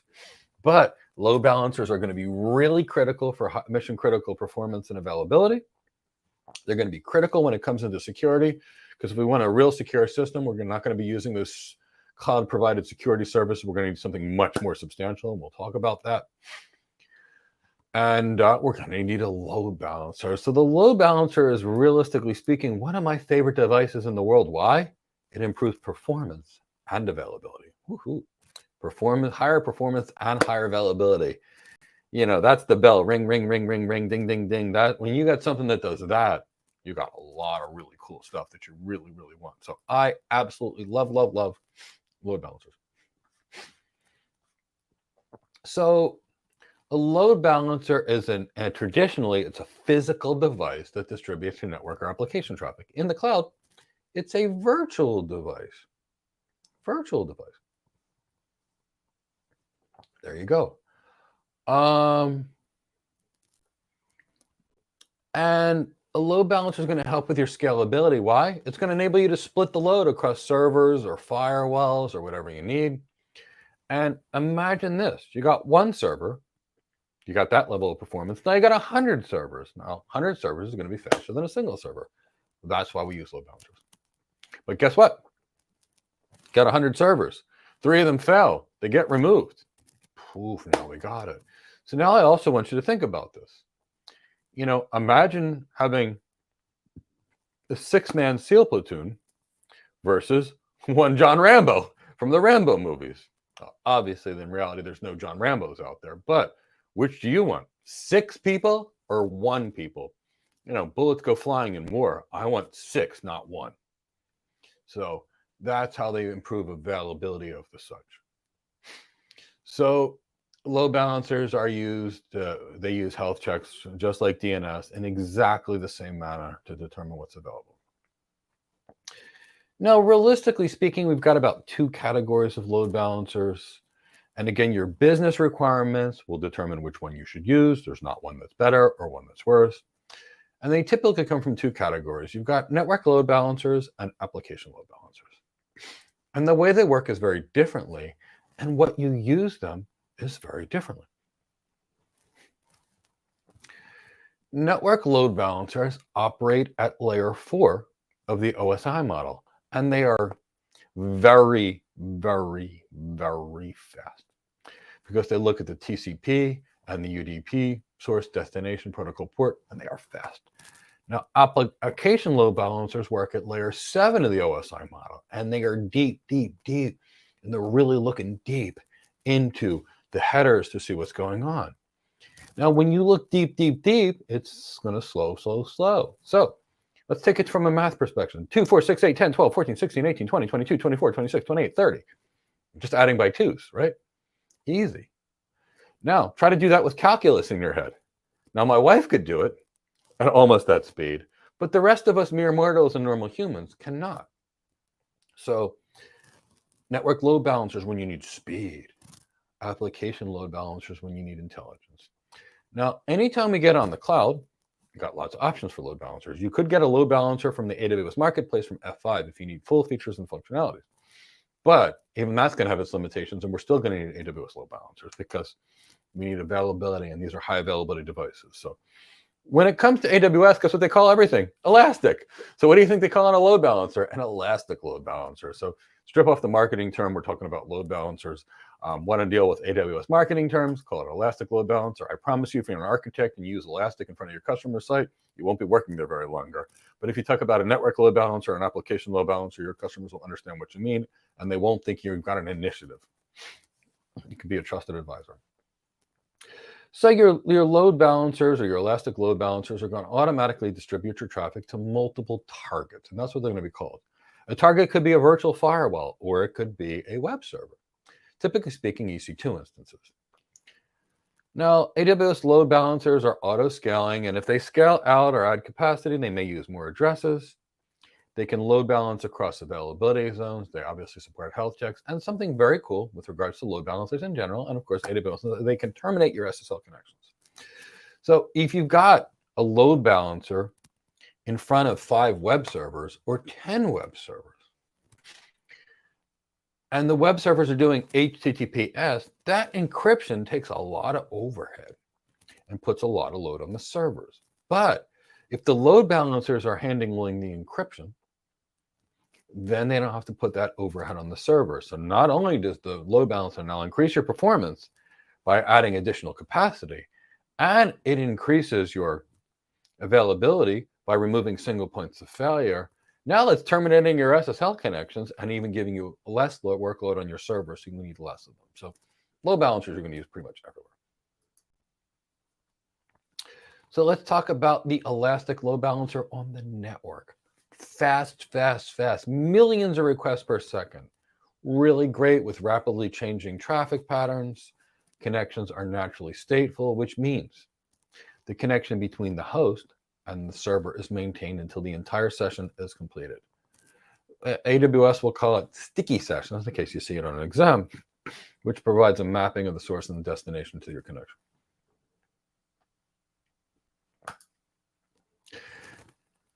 Network load balancers have the ability to have a static IP address, and they can also route to containers. Now, what are we really talking about with regards to a load balancer? Here we've got a bunch of users at the top. They're trying to request www.cindythecat.com. One day my cat's going to have a website. It obviously won't be that address because I'm sure it'll be taken. But then, because I use it all the time, and we have the network load balancer routing between virtual machines, availability zones, or data centers. And there you go. Now, what if we're talking about application load balancers? Now we're getting into something that's a little smarter. Application load balancers work again at that layer 7, that application layer we talked about yesterday when we talked about the OSI model. And application load balancers route on a lot of variables. Maybe the path provided in the URL, elements in the HTTP or HTTPS header, the HTTP method-based routing, things like push or get, and they can route based upon source address as well. And application load balancers are really great at HTTP or HTTPS traffic. Now, network load balancers can do it too, but if you're looking for depth and intelligence, these things are great. Application load balancers are beautiful routing requests between microservices and container-based applications. They're ideal to load balance multiple requests on the same server, for example, on different ports. They can load balance between your VPC and your data center. Although, typically speaking, would be better for a network load balancer if you've got high performance computing. And connections are stateful. So these are a little more intelligent in how they work. And all load balancers work this way. You've got your load balancer, which is listening for stuff. And then it sends it to its targets.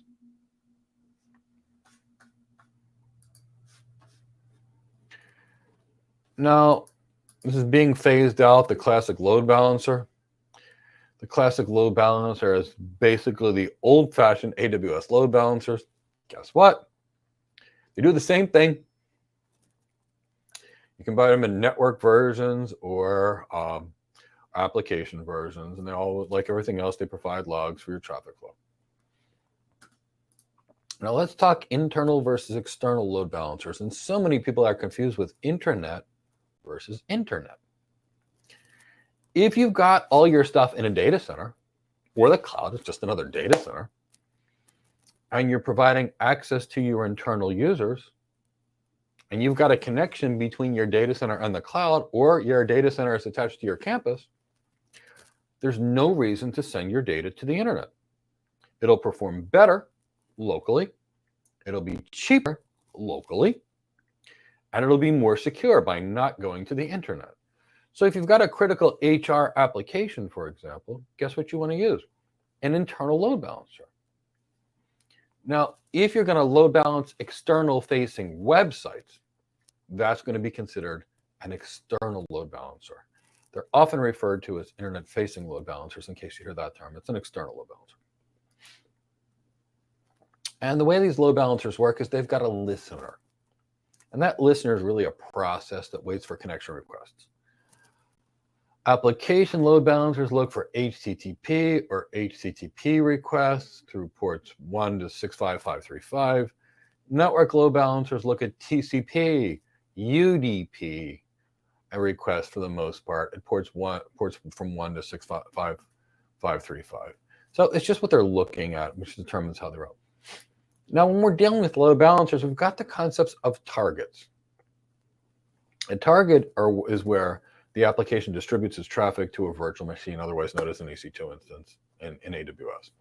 Targets can be a virtual machine or an IP address. Now, with AWS, if it's a target, it needs to come from either the RFC 1918 address space, meaning the private address space, or the RFC 6598 address space, or the shared address space. So what does that mean? In case you missed the previous day, RFC 19 private address space includes the 10.0.0/8, the 172.16.0.0/12, and the 192.168.0.0/16. And the shared address space, as specified by the Internet Engineering Task Force RSA 6598, includes 100.64.0.0/10. And you could and should go read these RFCs directly on the Internet Engineering Task Force website.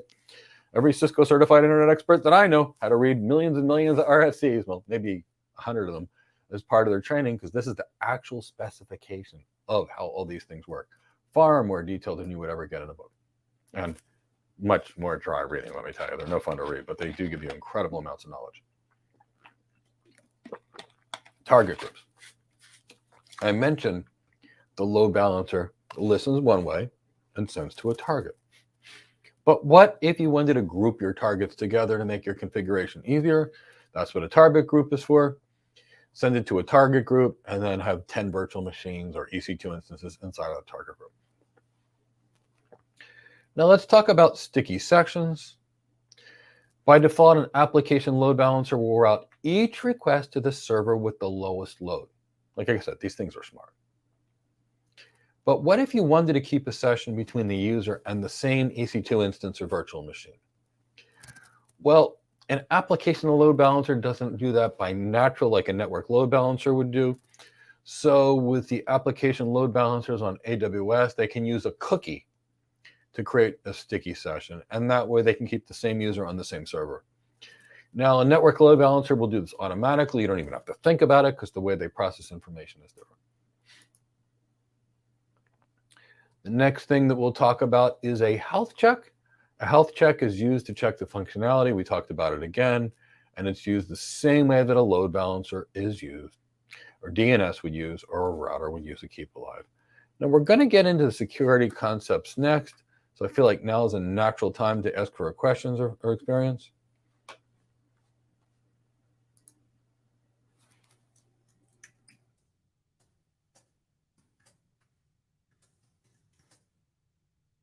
While I wait for the questions, Eva, we just had an architect get hired, one of our students get hired as a senior solution architect. He had zero experience, and he's now working for Deloitte. If you're good, you can get any job you want. It's not based upon experience. It's based upon how good you are. Kevin, if you want to do A/B testing for marketing, you can use weighted routing to send one traffic to one and then the other, you presume? I don't know what you mean by marketing. But if you have a new application that you wanted to test, you could use DNS to send 1% to another. Digital marketing systems have their own ways of doing A/B testing, for example, that may or may not involve DNS.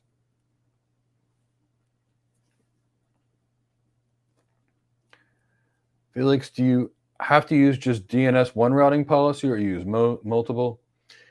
You're going to set up, well, it depends on your systems. If you've got 10 different systems, you may actually be able to set up 10 different routing policies. But for example, if you're going to set up a set of web servers, you're going to pick one.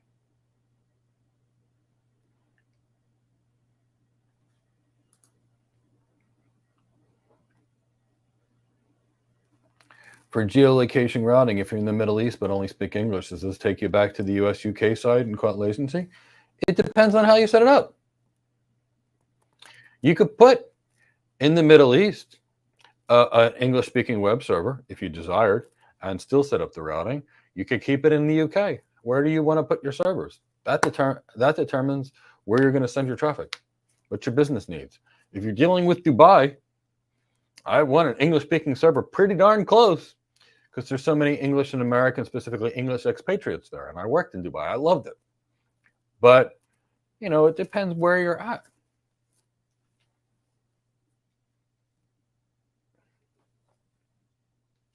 When you load balance using DNS, it has nothing to do with network or application. They're load balancers. DNS is a completely different technology.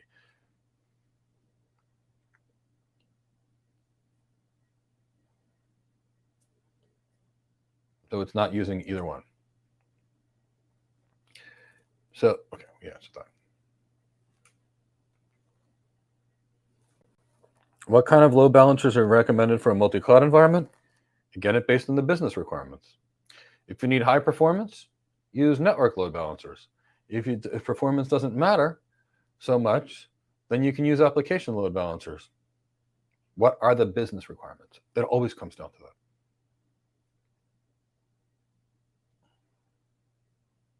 How is a virtual machine different than a function?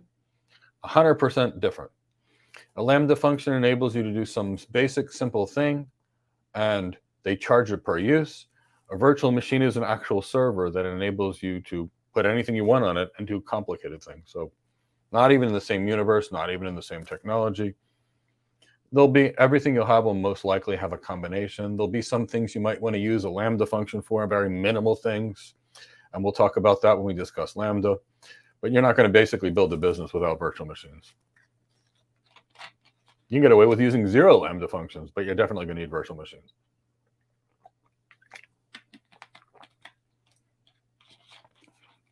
Do different regions cost more or less? Yes. They have different pricing that they use per region. How or where that's come up with, I have absolutely no idea.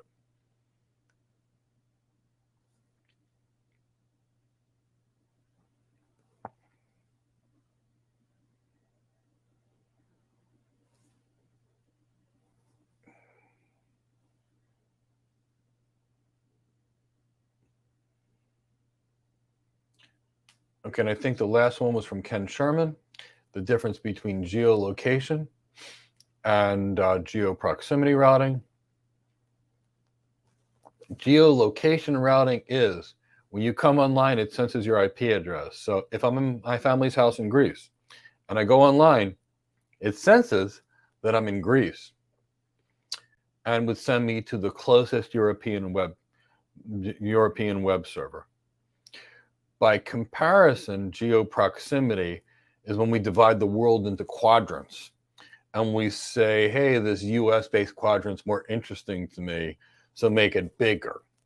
And we create a bias in the system to base upon, you know, different parts of the world. So that weird what do you call it? That the way they do that geo-proximity routing, where they introduce bias and all these other things into the equation, it's very hard to understand because it's pretty proprietary in the way it does it. Geolocation routing, which is where you basically determines your IP address. Like the example is the Middle East. We got a user that's in an English-speaking part of something. Let's send them over here. Let's take Nigeria. Parts of it speak Yoruba, parts of it speak Arabic, for example. Parts of it speak English. And it would look, for example, at exactly where you're at and say, okay, this person goes to the Arabic website, or this person goes to the Yoruba website, or this person goes to the English website.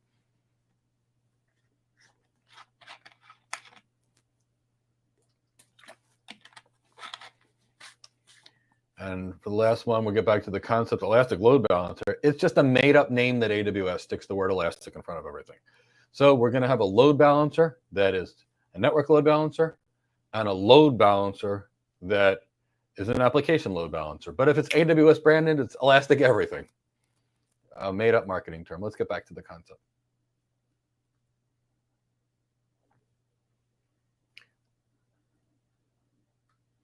So let's start talking about security.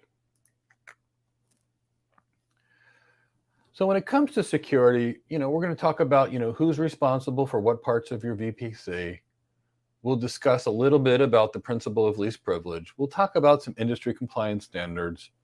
I'll talk about IAM, which is a part of identity and access management. We'll talk about multiple account strategies. And we'll talk about access control lists, security groups, and WAF, just a touch. And then I'll probably introduce you to the reason why you probably won't use WAF for any reason, nor should you use half of these services, because there's much better, much stronger services that you're really going to use if it matters. But I'll give you the information for the exam, and I'll give you a little bonus information so you know why you should not use WAF, unless it really doesn't matter and it's a website like My Cat Cindy. We'll talk a little bit about intrusion detection and prevention. We'll talk about distributed denial of service attacks. In this section, we'll talk about the service catalog, the systems manager parameter store, and more. So the first part of this, and this is what causes lots of problems for people and a tremendous number of hacks in the cloud computing environment, is who's responsible for what? See, in the data center, you own it all. And people know what that means. On the cloud, it's the shared security model because, kind of need to think about it. AWS maintains the security of their cloud. Their physical servers, the firmware on the servers, the software on the routers and switches and firewalls.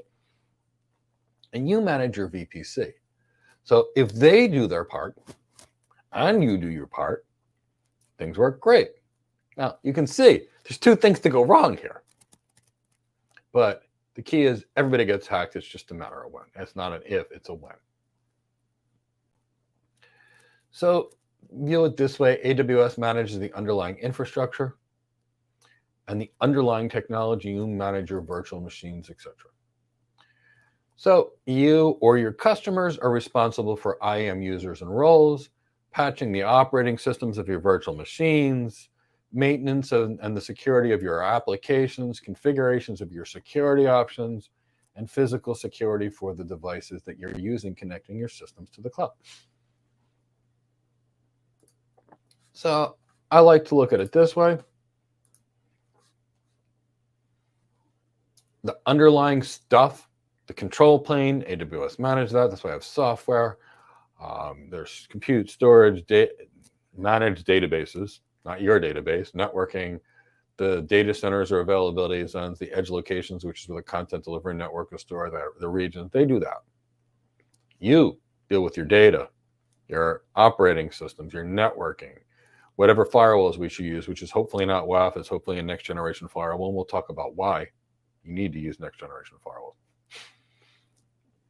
We'll talk about the client-side data and encryption and authentication, identity and access management platform, server-side encryption, so your file system, operating system, and your networking traffic protection.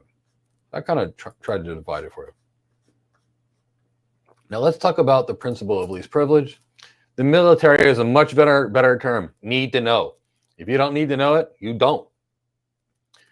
And that's how you minimize risk. The more people have access to your critical information, one of them is invariably going to be paid off to steal your information or go to your competitor, etc. So principle of least privilege, I like to call it need to know. And it's one of the most critical components of security. And realistically, what it means is you provide the lowest level of access needed for people to do their jobs. And the second they're not in that job, remove it or change it. You got a technical marketing engineer that knows a lot about a product being developed. Now they're an architect. Poof, they don't need to know that much about the product development. Now they need to know much more about the sales processes and sales tools. Now give them access to the architect things that they need to know and remove that deep privileged engineering information of the new product or service that's going to be released. Constantly change it. So what's this stuff look like in an architectural environment? It looks kind of like this. Here you've got someone that needs access to information, allowed in. Someone that doesn't, allowed out. So Have any of you walked into an elevator in a high security environment and you have to push your badge in the elevator to determine you can get to a certain floor? And if you've got access to the floor, you get to go. And if you don't get to go. That's what we're talking about. Same thing. These aren't new concepts. They're just security concepts used in the cloud. Now, industry compliance standards. There's 1,000,001 standards that exist out there for security. You're not going to remember these things, but you're going to have to read them when you respond to an RFI, RFP, and RFQ to make sure your solution design actually matches the things that they're doing. We architects may not touch the technology, but we're sure going to be responding to a lot of proposals, RFIs, Ps, and Qs. And AWS supports a whole list of standards-based industry compliance standards, as does every cloud provider and every network service provider and every hardware provider, whether it be Dell, IBM, or anybody else. You can see a full list on the Amazon webpage, but if you're dealing with payment cards, PCI DSS is supported. You know, the typical ISO standards, 9001, 27001, 270718, and 27017 are typically covered. If you're going to deal with the US government, you need to have FedRAMP and it supports it. If you're going to deal with US healthcare, for example, you need to deal with HIPAA. And, cloud providers support this if you do your part. Now, we're going to talk a little bit about identity and access management, and I'm going to get rid of this stupid term identity and access management because nobody knows what it means. Another marketing fluff term. But what is it really? It used to be called, because the marketing people made funny names for everything, it used to be called AAA, Authentication, Authorization, Accounting. Authentication, who are you? Authorization, what are you allowed to do? Accounting, what did you do? Authentication, you scan your eyes somewhere or your fingerprint. This is Mike Gibbs. Authorization, I invite Super Chow over to my house to have dinner with my wife and I. She's in the background helping lots of people. And Chow comes in and I say, here's the keys to the house. Here's the key to my car. Here's the refrigerator. Go have at it. She comes into the house. She and my wife have coffee. She goes to one room. She goes to the next room. She borrows my car. She goes out. In the end, I kept track of what she did, so I know how much food to replace in the pantry and how much diesel to put back in my car. And life is simple because she was given those privileges. Now, next, somebody knocks on the door and they look like a thug. I look out through that peephole and I say, leave. And they're not allowed in. Somebody else comes to my house and I allow them in to the living room. I escort them to the kitchen and then I escort them out after their meal. Different levels. So authentication, who are you? Authorization, what are you allowed to access? And accounting, what did you do? Now, of course, most people, when it comes to identity and access management, what are they going to use? Microsoft Active Directory. And they're just going to connect all this AWS IAM stuff to that. They're not going to be dealing with most of this AWS IAM stuff. It's not scalable. Active Directory is scalable and it's used by every business in the entire world. But we do have to talk about some AWS IAM concepts. And AWS makes the concept of users and roles. And there's going to be exceptions to the rule I'm going to teach you right now, but this will make it much easier for the associate test. The more complex things are related to the professional exam. For the associate exam, a user is a person. I'm a user. A role is when one system accesses another system. So if you're familiar with Linux and you know what a service account is, where you got one system that attaches to another, Google would call it a service account, but AWS made the term role. I don't know. Got creative marketing people. User, person, role, system accessing another system. For the associate exam, for the professional exam, there's a little more. Why might you set up an IAM role? Let's say you got a 3-tier website and you want your application server to connect to the database. That's going to be an IAM role. So a little bit of how does this work? You want to sign into your account? Authentication. Now that can be either just a username and password, which I don't recommend. It could be a token, but it can be lots of things. It can be a fingerprint, an eye scan. Anyway, now that's who are you? Again, authentication is what are you allowed to do, and accounting was what have you done. A little bit about IAM users. Users are identities that have permissions to interact with AWS resources. They are created by principals with administrative access. IAM users can be created to be the management console, the CLI, the software development kit, and users are permanent until you delete them. So when somebody gets laid off or fired, immediately somebody has to terminate their access. And that's why in many cases when organizations decide to do a layoff, sometimes people try to check their email and log in, and they can't get on the systems, and they find out later that day that they've been terminated. Because typically speaking, you cut off the access before the person's even notified. And ideally, they're supposed to happen at the same time. Because you don't want the person that's been terminated to go steal your data and give it to a competitor or try and damage your system. So another visual thing, user logs in, they get access to their virtual machines, their object storage, their proprietary databases, that kind of thing. I mentioned the word principal. So what's a principal? A principal is any IAM entity that has the permission to access resources in the AWS cloud. So it can be the root user, which we'll talk about, an IAM user, or a role, which again is a system. Here's what the root user is. For any of you that are used to Linux, the super user, you can do anything. The root user is the king, the queen, and all the stuff in between that can do anything they want. The root user is the person that first creates the AWS account. This user has unrestricted credentials. Delete everything. Access systems. So you're not going to log into your Linux system as root. Don't do it. I promise you, you're going to break it. Don't log in to AWS as root unless you have to. So your root account is not for daily use because you can delete anything. And there's really no way to restrict root user access. So for your root user, don't make a password that's your wife's name, for example. If you're going to use a password, and I recommend more, make it some big, ugly, complicated alphanumeric password with 1,000,001 characters and special symbols. Something that I can't create a password random generator to guess at any time with any frequency. Enable multi-factor authentication on the root account. Seriously. A password is just not good enough. Have something you have and something you know. And don't use it for one system to access another system, typically called programmatic access. Why? Because when that system gets hacked, you are done. So here's the way I see the root user. I put a crown on them because I wanted you to know that they can do anything. So be very, very careful with this account.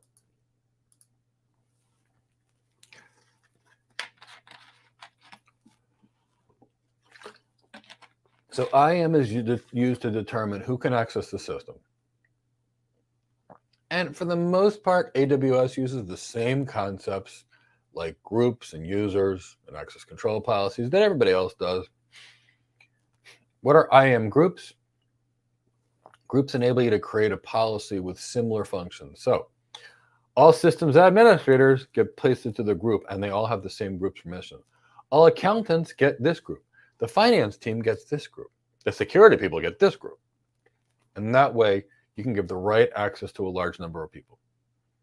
Imagine trying to manually create a policy on a management console by clicking buttons on a mouse in a slow environment for 100,000 users. Well, that's not going to scale. So that's why they came up with the concept of groups. Again, nobody's going to be creating 100,000 users in AWS. They're not even going to be using this. They're going to be using Active Directory and connecting Active Directory. It's called Federation to the AWS cloud, but it's an AWS exam, so we're going to teach you the AWS ways. How does a group work? You create a group. You provide the necessary permissions to the group, and then you add the users to the group, and they inherit the permissions of the group. Now, for the most part, for the associate exam, we're only talking about a service role for one system to access another system, but I'm going to talk about a cross-account role and the identity federation in case it sneaks on your exam. It's also covered in the Certified Solution Architect Professional, and this is kind of a hybrid course of AWS, cross between the associate and professional. So I'm going to give you just a little more. So a role enhances security because if you didn't have a role and you had one server that needed to connect to another server, you'd have to put a password on the servers. One server would get compromised, a hacker would get access to the password, and then poof, they'd be hacking into your system. So we don't like that. So the roles make it that the credentials don't need to be stored on the instance.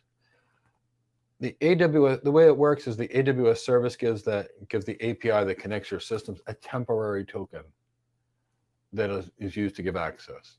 So if the hacker gets access to the token, it's only going to be available for them to use for a certain amount of time. It's going to expire out and they won't be able to use it, so that minimizes the damage. And tokens are rotated quite frequently.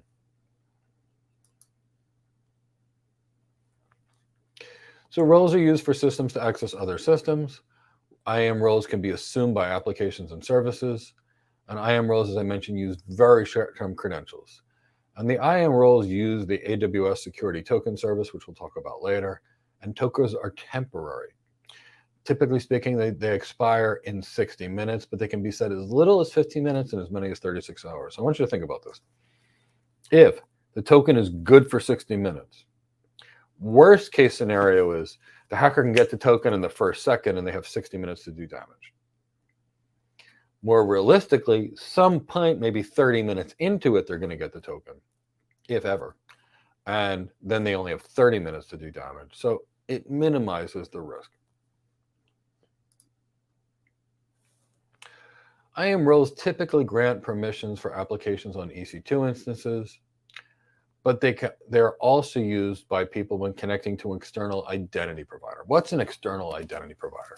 Ever log into a website by using your Google account or your Amazon account or your LinkedIn account? That's an external identity provider. And that's called federated identity. We can obviously use that. Again, we're going to be looking for any means to not be working on the management console on the cloud provider. And by setting this, we can grant permissions to an IAM user in the same account as the role.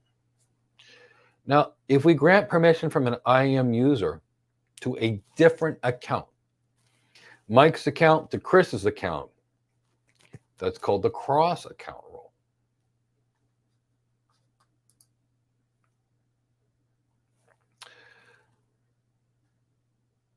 So I'm going to talk about the cross-account role in a minute, but let me just explain the security token service. The security token service is designed to provide users, trusted users, temporary one-time security credentials. And it's a credential, as I said, that would expire. We talked about the 15 minutes to 36 hours. And that's exactly what we're talking about. There'll be a system. It'll give you a token. You can use the token to access it. So let's get back to cross-account roles. Cross-account roles enable access to another account, my account into Chris's account, for example. And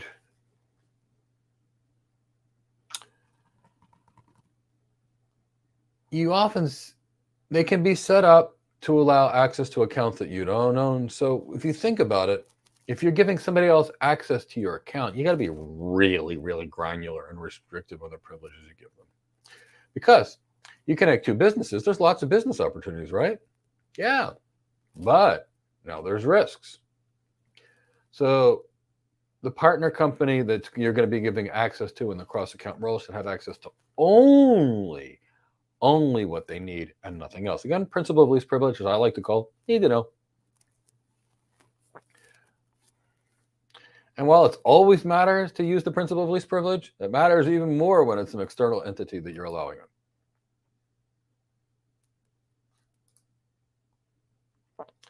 So when you're using a cross-account role, an external ID is used to uniquely associate with the role. The external ID can be any secret identifier that is known by you and the third party that's going to be allowed access. You must specify this ID when you define the trust policy for the role. The third party must provide this ID when they assume the cross-account role. The permissions needed by the third the permissions needed by the third party to work with your AWS account resources, obviously. So what's a cross-account role look like architecturally speaking, or at least visually speaking? You've got a couple of companies that want to access your VPC, and you set up a cross-account role to enable them to do so. A little bit more about cross-account roles. A role is going to be created for the external user. The external user will connect back to that AWS secure token service and receive a temporary token. And then the external user will provide the temporary token to AWS and be authorized to access your VPC. Now let's talk about a service role, which I briefly mentioned before, and that's really a role taken on so one system can access another one. Maybe a virtual machine like an EC2 instance can post to an SQSQ. An EC2 instance accessing an S3 bucket. An EC2 instance accessing a database. That's why we use them. So visually speaking, that's what we're talking about. Again, this is a service account. To anybody that's ever worked in technology before, everybody knows what a service account is if they've had any experience in integrating systems over the years. And I like to use industry terms versus marketing terms.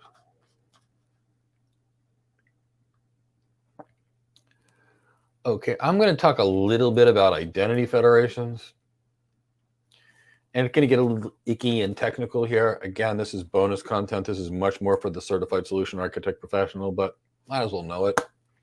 I'd rather give you more and have you over-prepared and less than under-prepared. Identity federations enable the management of and access of identities in a single place. Think Microsoft Active Directory. And there's some key components to an identity federation. We've got an identity, like me, a user.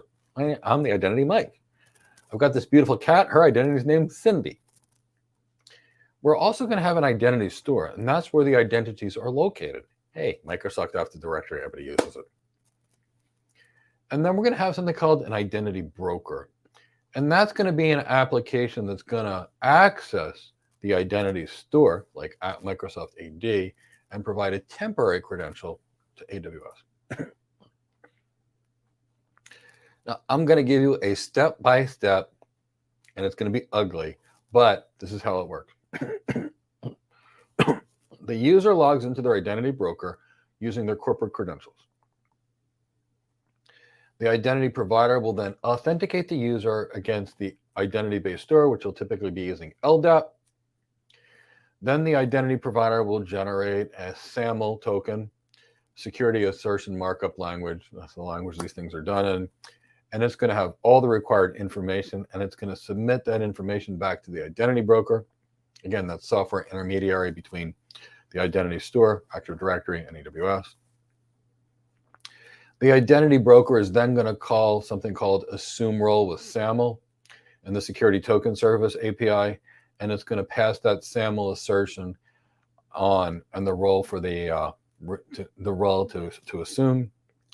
And if the response from the security token API is successful, it's going to include a temporary AWS security token credentials and its associated permission. And of course, when the temporary token expires, it's gone.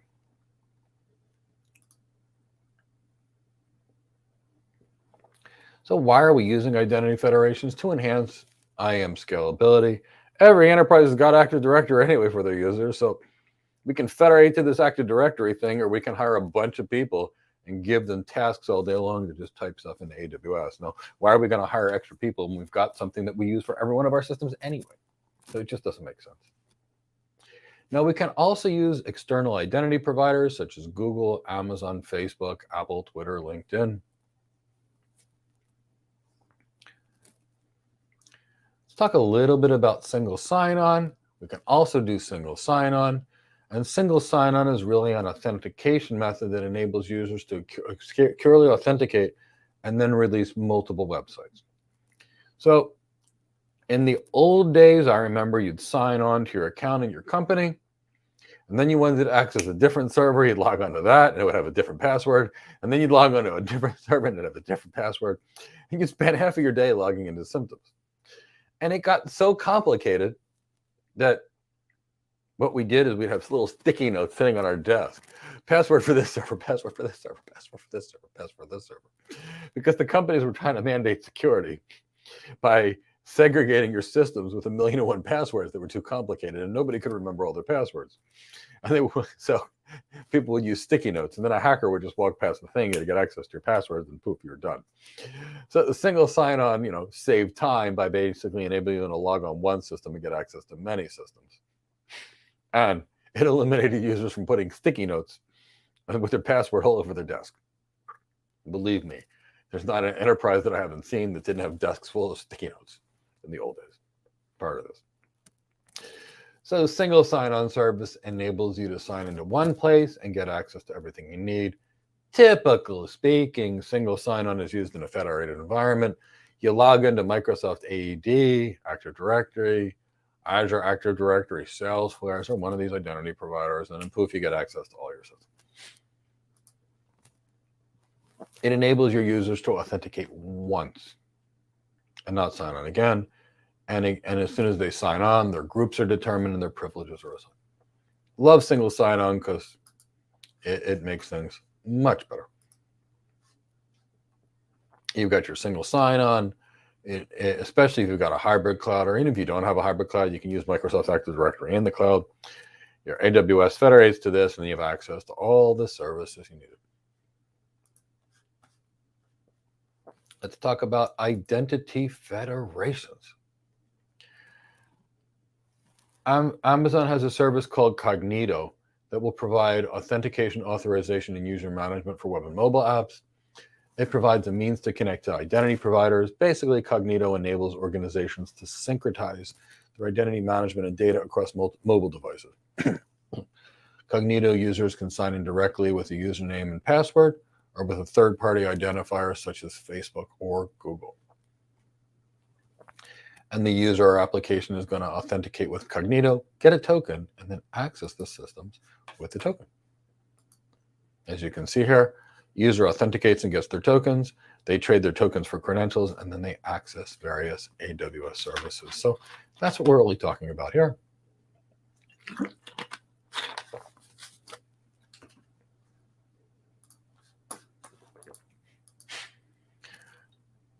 Little more about Cognito. Cognito uses the concepts of users pools and identity pools. Here's what your user pool is. It's a secure directory within Cognito that enables you to manage users in a single place. And upon successful authentication, Cognito issues a temporary set of tokens. A little bit about identity pools. Identity pools provide temporary AWS credentials. Identity pools work with authenticated and unauthenticated identities. And Cognito can work with GAS, meaning unauthenticated, as I described. How does this thing work? User application logs into the identity provider. After authentication, the identity provider returns a session key for the user. Using the session key, the application issues a call to the Amazon Cognito GetID API to get an identifier for the user. Cognito is then going to validate the session key from the login provider. And if the session key is valid, the GetID API is going to return a unique identifier for the user.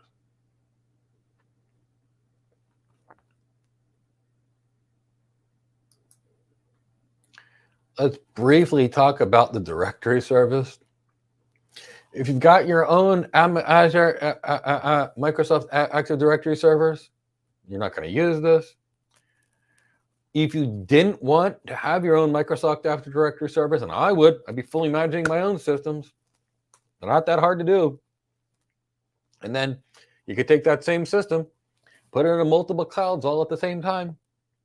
But if you wanted somebody to manage something for you, make it simpler for you to do, so you can hire cheaper people in your organization, AWS does provide managed, dedicated, hosted Windows Active Directory servers for you. Like anything else, they're going to be high availability servers spread across 2 availability zones, which means great. As long as AWS doesn't go down, it's going to work. So again, build your own, put them in 2 clouds, cloud goes down, who cares? But if you're going to use this managed service and you're only going to stick all your eggs in one basket, which I would never recommend unless it's a small mom and pop business, like a supermarket in my Greek village that only has 5,000 people, where if the systems go down, who cares? Under those circumstances, this is a perfect solution. And any of your Microsoft dependent workloads in AWS can use Microsoft AD services. These hosted AD servers can be used by EC2, RDS, for SQL Server, AWS end user computing, etc. Okay, why don't we take a break and I'll answer some questions. I am not an IAM expert. I know a lot about security, a tremendous amount in architecting high security solutions. IAM is actually a specialty, but I will do the best I can to give you the best answers on your questions here.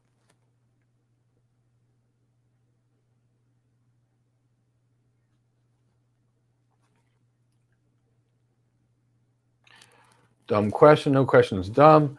Doesn't AWS use Linux-based systems like LDAP instead of Active Directory? It depends on which system they're using. For Microsoft workloads, you can typically use Active Directory. They can use Linux-based systems as well. I would assume anything that really matters is running on Linux and not Windows. Almost all major servers are running on Linux. It's cheaper. It's typically more stable. Typically. And Linux provides a little bit of security by obscurity because less people know how to work with it. Keep that in the back of your mind. But if you're going to use Microsoft-based services, you're going to typically need a Microsoft Active Directory thing to work, like with an Exchange email system. But you don't necessarily need to use Microsoft Exchange for email. There's lots of other email providers, so kind of keep that in the back of your mind. Great question there. What happens when companies merge together in terms of cross-account roles? Well, what access does each company need to each other? Do they need to access each other's systems? Well, two things can occur. You can keep them as separate organizations and have cross-account roles, which might be appropriate. You could create new IP addresses because you're typically speaking going to have an IP address conflict when you've got two different companies. You can readdress all your systems and put them under a single company's umbrella. You can route between them with BGP. What are the business requirements, Sarah? Who needs to talk to whom? For example, what if you've got a company like GE, General Electric used to be the world's largest company in the world, but let's just say you've got a big company that's involved in a lot of things. Nestle. Nestle does water. Nestle does chocolate. Nestle does 1,000,001 things, right? The water people probably don't need to talk to the chocolate people. So it may make sense to keep them separate. By comparison, Cisco buys companies left and right, and they integrate them into their business. Some companies they leave as separate entities, like Scientific Atlanta was pretty separate from Cisco, the cable box makers. Other companies are merged and brought right in based upon the business needs. And Sarah, I really want you to join us tonight, like I want everybody else to join us tonight, especially when we talk about architect roles and technology roles, because 100% of this is going to be based on business needs. And that's why we architects, literally speaking, spend 50 to 80% of our time having business conversations, and only 20 to 50% having technology conversations. So the answer to all of this is where your architects are going to gather from the company's executive. What does the CEO tell you about what business model needs to occur? What business processes need to occur to enable the system to work? What are the security things in the organization's intellectual property? Those are the kind of things that are going to determine all the answers to all of these questions. Is the cross-account roles and identity federations implicit to the community cloud model? I don't know what you mean by that.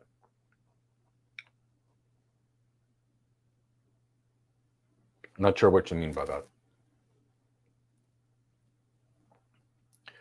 Are single sign-ons not a high security risk? If a hacker gets in, they have access to multiple resources. Sarah, it all depends. And again, goes back to business requirements, which I don't know what they are. Convenience is something big, but I'm going to tell you right now, if you make it too hard for your users to access systems, what ultimately is going to happen is they will find workarounds. The sticky notes on everybody's computer was a very common workaround to logging into too many systems. So you've got to find that balance.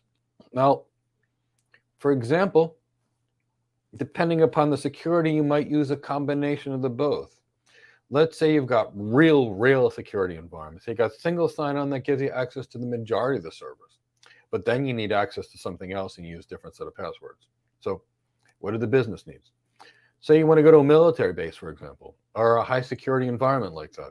Your badge may get you in, but you may need to go to another high security environment where you're going to need to be escorted by somebody else.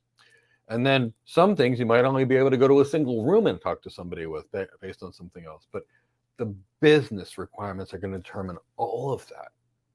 So, but in general speaking, single sign-on is not a security risk, because when you have too many things, people put their passwords in their phone, or they create a notepad thing and then their passwords work around it. So it depends.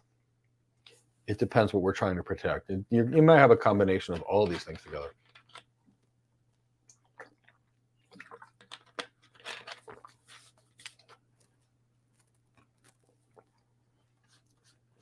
I liked Sarah's questions because it's identifying the difference between engineering and architecture. The engineering is, how do I build this thing? The architecture is, what do we need? Which is why architects don't touch the tech. They don't code. They don't do DevOps. They don't do SysOps. They design this blueprint and engineers build it. Because if you don't know the business requirements, you're going to solve the wrong problem. But the people that have the skills to build the blueprint have a different set of skills than the people that build it. That's why we need everybody. There's no job that's more important than anybody else. Please join us tonight for the How to Get Your First Cloud Architect job. We're going to do this for a reason. First, it's going to be live. And not only will we present to you and tell you everything you need to know as an architect, but we'll see your questions and we can talk live face-to-face via video conference if you desire. I see your questions and they keep popping in, but I literally can't get through them if we want to cover the content. And that's why we're doing the special event tonight. It'll be a lot of fun. And if we have to go a little late, we'll go a little late, because I want to help you guys. I want you guys to have the best careers in the world. And I'm going to get back to the content in a second. And coaching people for the last 20 years, I'm going to tell you right now, the people that know how to do exactly the skills for their job and master them are like Olympic gold medalists. And the people that are unsure and learn all the wrong stuff, they struggle and never get to their goals. And I want all of you, 100% of you, to get to your goals. So please join me tonight. This is all about building your career tonight. And I can't do that effectively in a chat box, but I can when we speak live to you. And if you've got goals, you can literally ask me questions and I can answer them live with you, along with the rest of my team.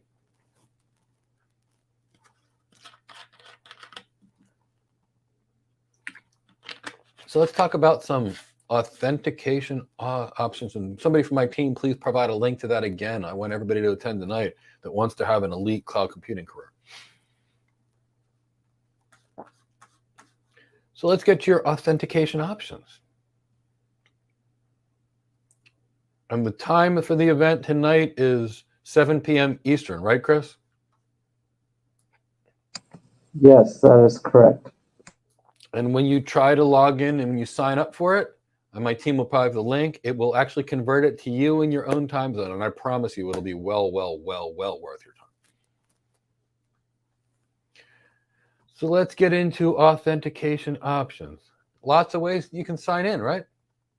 You can use a username and password, log into the console and provide your username and password. Least secure, okay? Simplest. The next alternative is to use an access key. An access key is a combination of a 20-character key ID and a 40-character secret code. The access key is used to connect to AWS via the API, generally speaking over the SDK or software development kit. You can also use an access key and a session token. And by doing so, you're now in a better position because you've got you're using both. And what happens when the IAM authentication needs to occur under an assume role, a secure token can be provided to the requesting application. And the secure token will function alongside the access key. And this is going to provide additional security over other methods. Now that's authentication. Who are you? Who are you? I'm sitting to the cat, scratching at the door because I want to come in and get fresh script. Authentication. Authorization, again, I talked about it before, but is what is you allowed to use. And authorization is going to occur by using the specific privileges that have been defined in your identity and access management policy. These policies are then going to be associated with user groups, users, or roles. Now, identity and access policy documents are written in JSON, JavaScript object notation. Now, the default policy is good. It denies access to services, so you're going to have to configure it. So for the cloud admins that are going to be configuring things, or the cloud engineers that are going to be configuring things, they're going to set this policy. And the policy is going to be allow. There's going to be the effect, which is either allow or deny, the service, and then it's going to be the resource location that you're actually going to. What is the resource that's available? You're going to list the full Amazon resource name. And that's the kind of thing that looks like ARN : AWS : IAM : and then you'll typically have access to the thing, the user, and the group. We're also in the policy, and I'll show you what a policy looks like, going to have to determine the action. What can you do? Read, write, read only, that kind of thing. And we can get pretty granular, and we can even specify optional conditions, but this is optional. So what's this going to look like? Again, cloud architects aren't going to be touching the technology, neither will solution architects, but our engineers will, and our cloud admins definitely going to be. They're going to be configuring this. So they're going to set up an effect. And then what is the service being requested? What's the resource? And you can see what the resource name is going to look like. What is the action we want to occur? And what is the condition? And you can see what those resources look like. I will at some point show you a policy. Again, authentication, try to log in, access for object storage, S3, DynamoDB, can't access something else because it's not required for job function.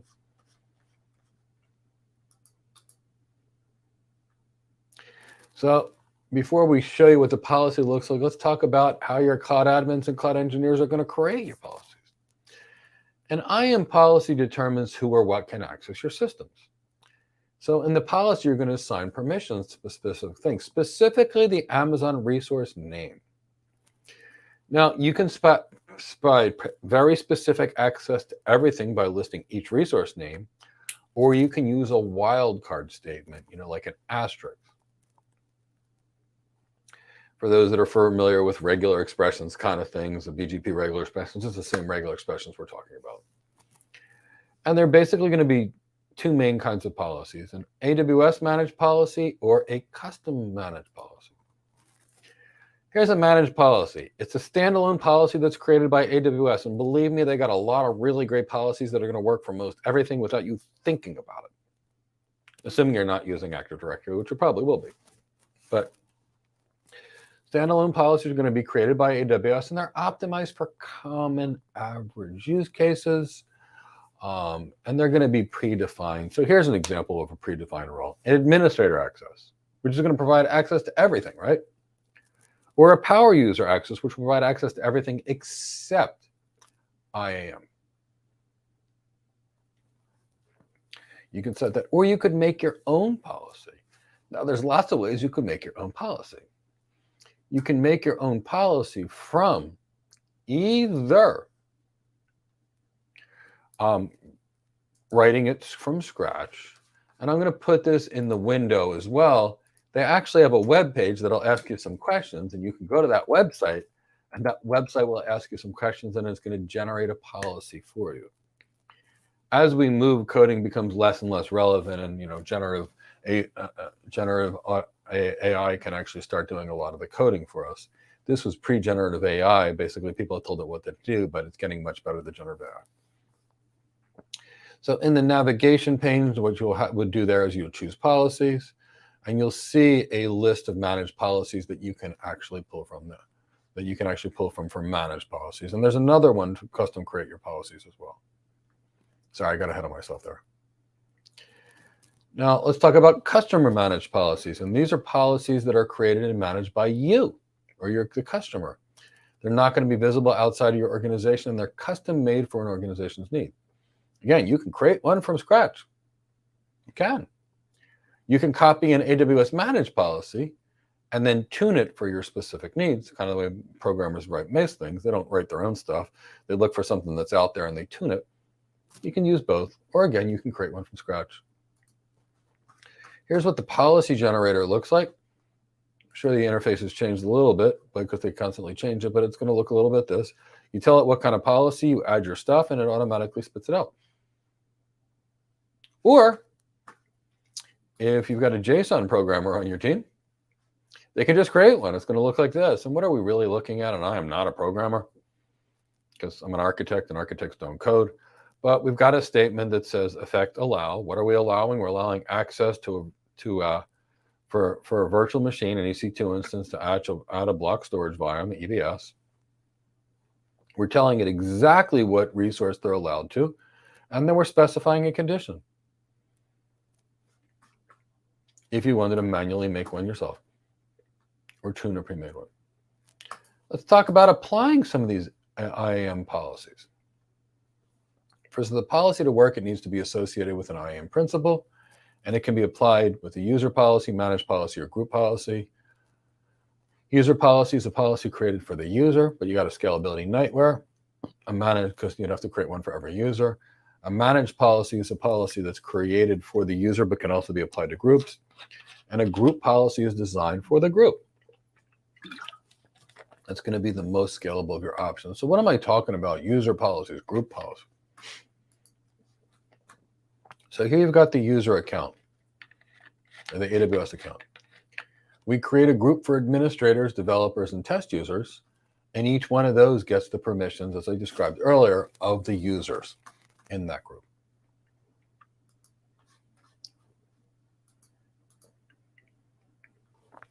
Now, we can also further secure things with multi-factor authentication. This should be no surprise to you.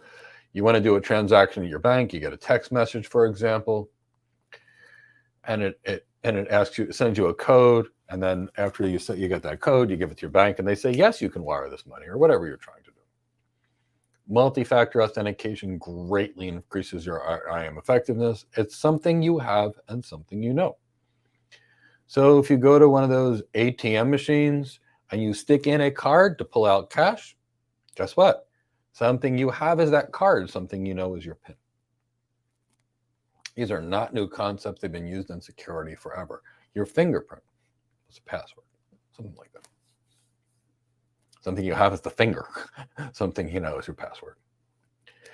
So in that way, if a hacker gets access to your password, unless they have the thing that you have, they can't get in. So typically you set up an authenticator app or device. Years ago, we all walked around with these RSA secure ID cards that would generate one-time passwords that were synchronized. Google has an authenticator app. It's free. You can put on your mobile phone. There's lots of ways we can do this. What'll happen is the user will log in, then they'll get sent a password challenge, and then they'll be allowed in. It's going to look very similar to this. I'm sure you're pretty familiar with it in today's world. 10, 15, 20 years ago, this was not new except for banks, but now everybody uses it. You sign in, you get a challenge, you provide your challenge, get access. You don't provide the one-time password, the correct one-time password, you are denied.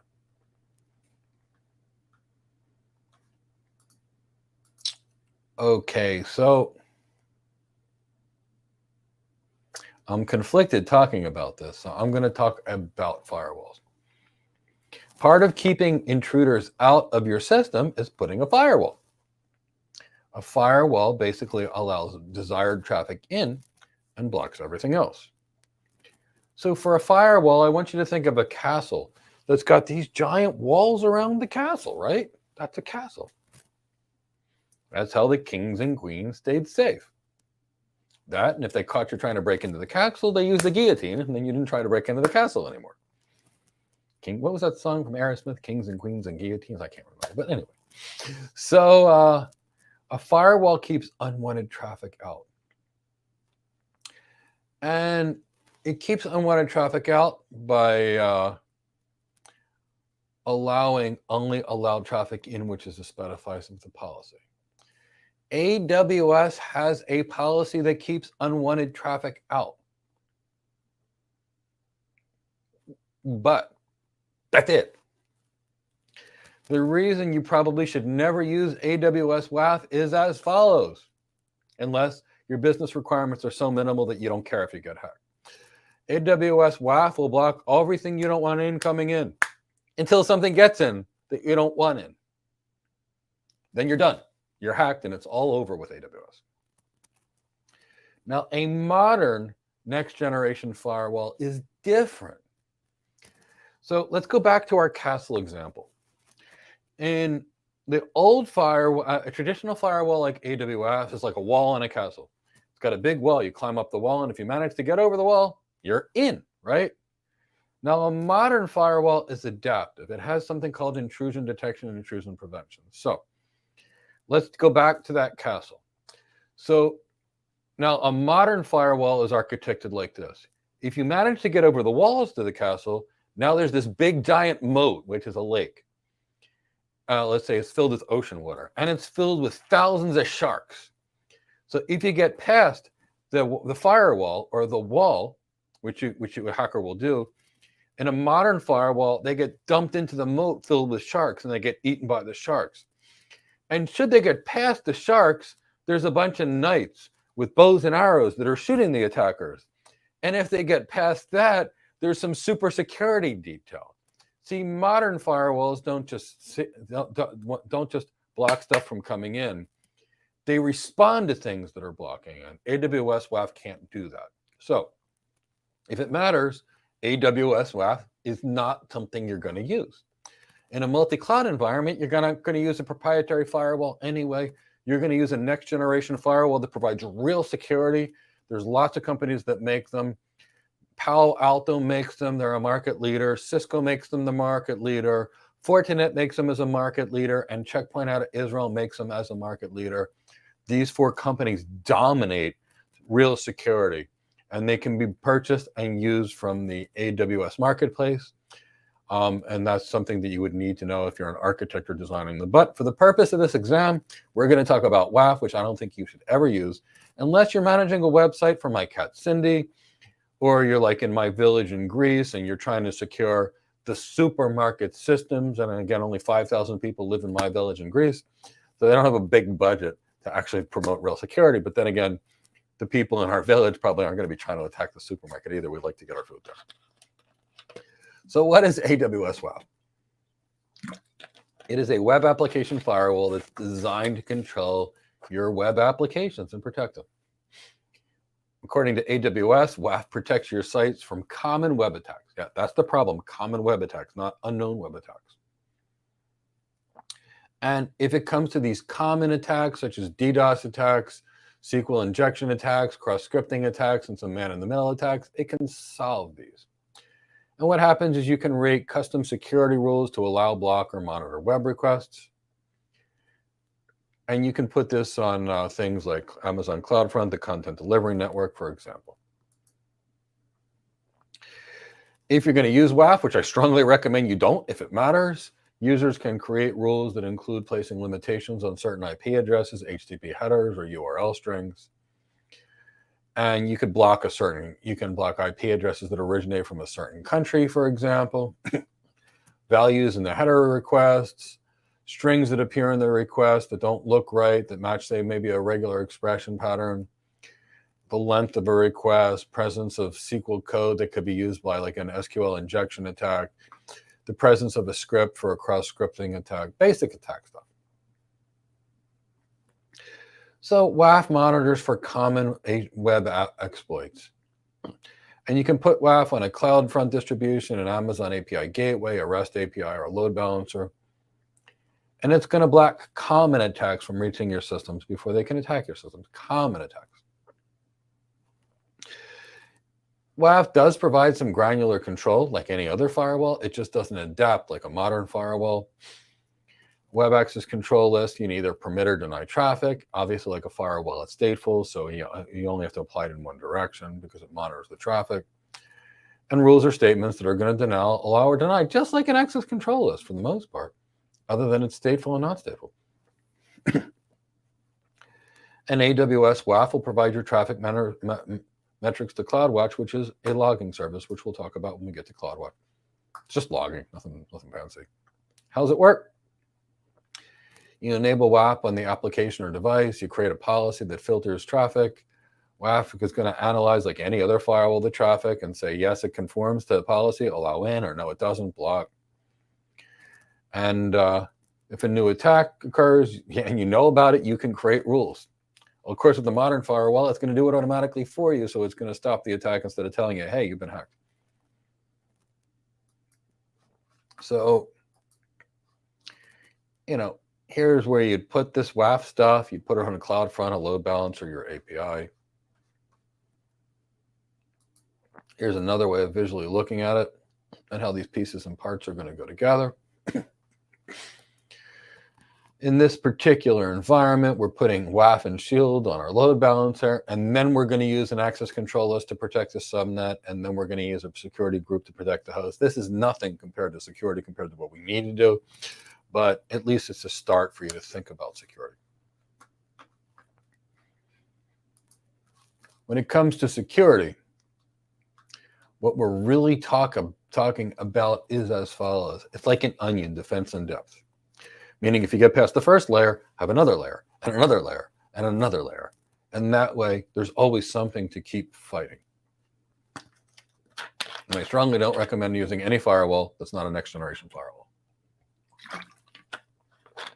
And since I don't believe in single cloud architectures unless it doesn't matter, like my supermarket in Greece or my cat Cindy's website, again, we're back to the same place of don't using a proprietary WAF anyway. So we're going to talk a little bit about DDoS, or distributed denial of service attack. What is a distributed denial of service attack? Well, here's what it is. This evil hacker that's red over here takes his server or her server, and they use that server to attack a bunch of servers to then attack your web application. So if, for example, my web server can handle 10,000 requests per second,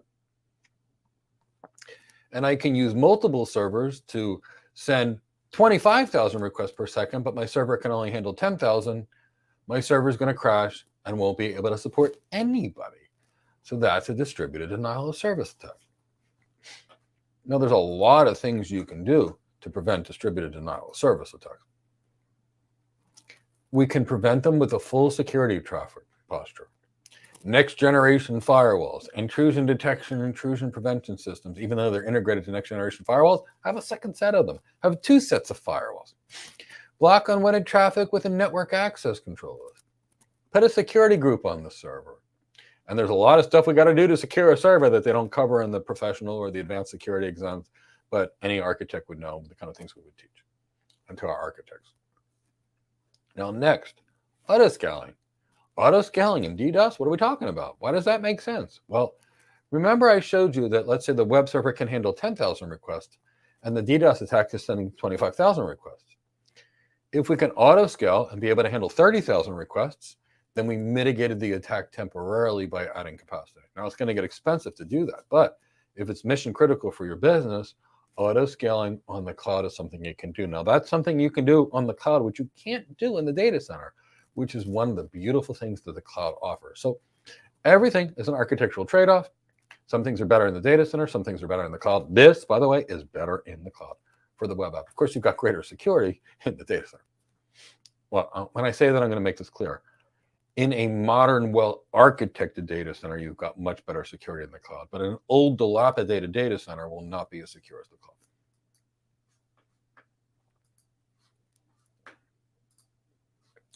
So you can use WAF as a firewall. Again, I don't recommend it. Now, you can also use Shield. Now, anytime you're dealing with a content delivery network, they have some good DDoS protection, every last one of them. And I'm going to tell you right now, do not use a single content delivery network if it matters. Now, I know in the certification, they teach you to use a single content delivery network, but it is insanity, because once that single content delivery network goes down, guess what? You are done. In fact, I'm going to actually show you something out of curiosity, in case any of you guys are curious. I'm going to share something with you, because we're going to talk about the content delivery networks and Shield, but I want you to actually see this. Okay, so Chris, can you share my desktop real quick? Or that thing that I wanted to share? Okay, here you've got a terminal window on my Mac. Now, let's see if Amazon is actually using their own CloudFront as a primary content delivery network. So let's see what they're using. NS lookup, www.amazon.com. Today, they're using CloudFront right now. Now, if I do this 5 minutes from now, they're going to be using Fastly. And if I do this 5 minutes later, they're going to be using Akamai. They use multiple content delivery networks. Right now, I'm probably going to get the same one. But the point is the last time we did this, the last boot camp, we found other content delivery networks. The point is, don't have a single point of failure. Even Amazon uses multiple. And I want all of you to do this at a time. Take a terminal window and type NS lookup, www.amazon.com, and you're going to find out a lot of things. Multiple content delivery networks are going to pop up all the time, because they wouldn't do it either, what they talk about in certification, because their business matters too much. So going back to prevention of DDoS attacks, all content delivery networks have DDoS protection. The AWS calls their DDoS protection Shield. Does that mean Shield is the only thing you use for DDoS? Of course not. We still need our next generation firewalls, like I talked about, our access control list, our security group. We need to work on the hosts. But we also should use a DDoS protection service. And the AWS DDoS protection service on Shield is excellent. But if we use multiple content delivery networks, we're going to be using the ones from each one of them.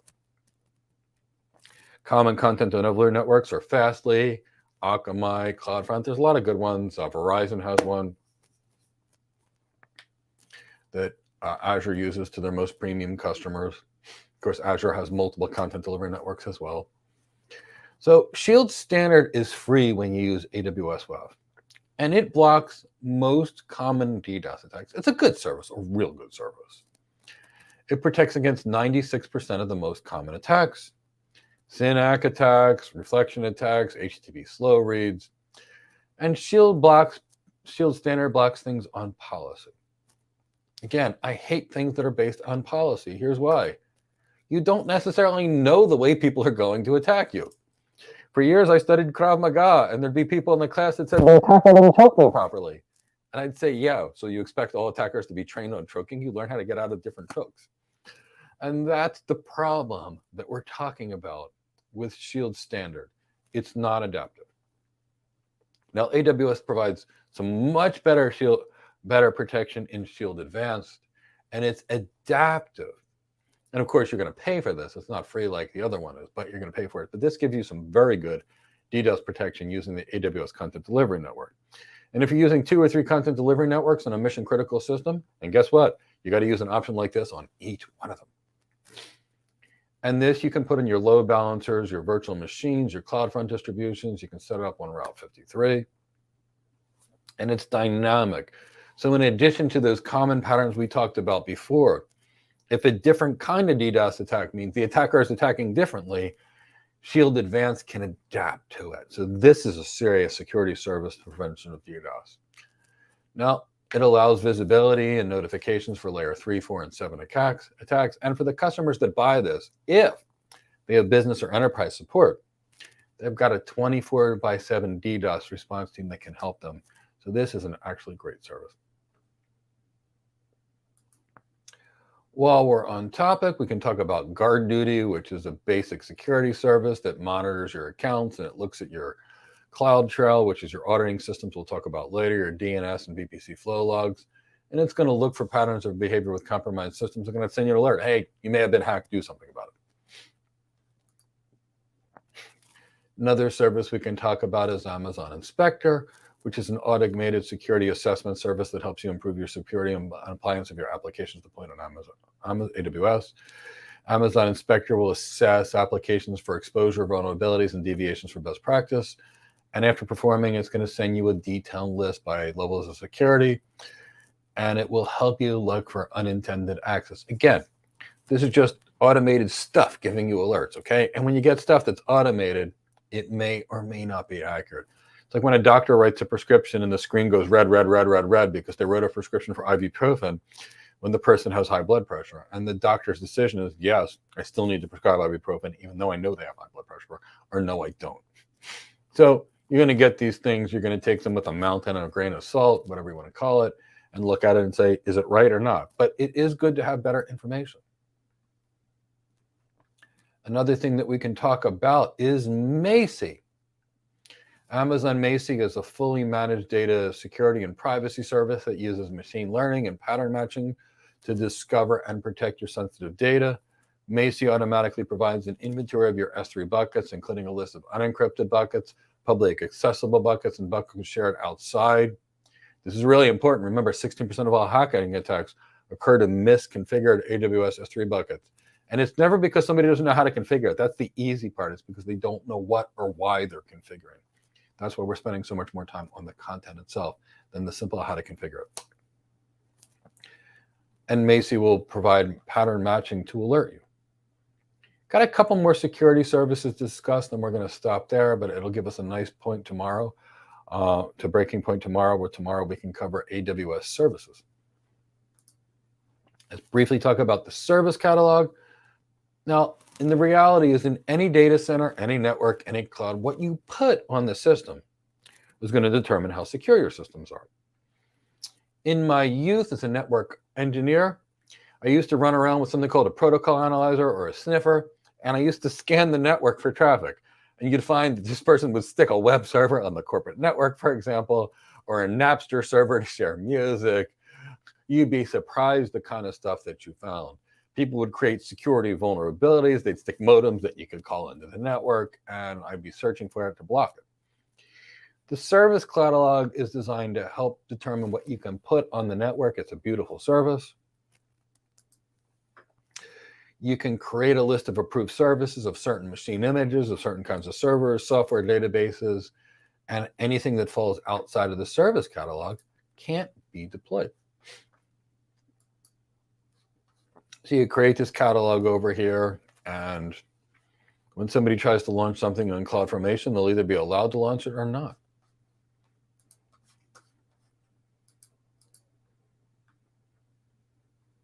Now let's briefly talk about the Systems Manager Parameter Store. Another component of strong security posture is to secure your passwords, database strings, and licenses. Any of that stuff gets compromised, you're attacked. So I talked in the past of people putting sticky notes on their monitor. Believe me, I've seen it in every location, including banks. And this is a place to securely store the stuff, your passwords, for example. And it's a good idea because it provides a secure storing information until that gets hacked and all your passwords are taken. But, it's better than sticky notes. So the Systems Manager Parameter Store is a scalable, hosted, serverless environment for storing things like database passwords, license codes, API keys. And for any kind of extremely sensitive information, you should encrypt it, because encryption makes it that it's gibberish. You can't access it unless you've got the decryption key. And by using it, we can separate our code from our password. It provides a means to audit access, an audit access trail, methods to track passwords use. We'll briefly discuss Security Hub. A Security Hub is a service that provides users with a broad scope or extensive view of a user's security posture in AWS and facilitates AWS environment's compliance with security standards and best practices. Again, that's going to be AWS stuff. You may want far outside of AWS to really talk about security for real. It would take us several weeks, all day, 9 to 5, to really have a real discussion about security. And Security Hub simplifies how users understand and improve their cloud security posture with automated security best practice checks by collecting and prioritizing security data across your AWS account services and third-party partner products. Security Hub kind of gives you a central view of security and compliance posturing. AWS Security Hub is primarily an aggregated and an analytical tool that works across your service accounts and some third-party tools. It's going to collect, organize, and analyze your data on all resources you concern. The tool is going to check against whatever AWS views as best practice standards, which may or may not be what you need, and identify oversights and trends. Last security service, we'll talk about the Firewall Manager. If you're using WAF, it's going to work and some next generation firewalls, but not all, so you may not want to be dealing with this at all. But if you were going to be using AWS proprietary non-adaptive, which means not secure enough AWS WAF firewall, you could use the Firewall Manager to make sure that all your policies are configured across all your AWS WAF firewalls.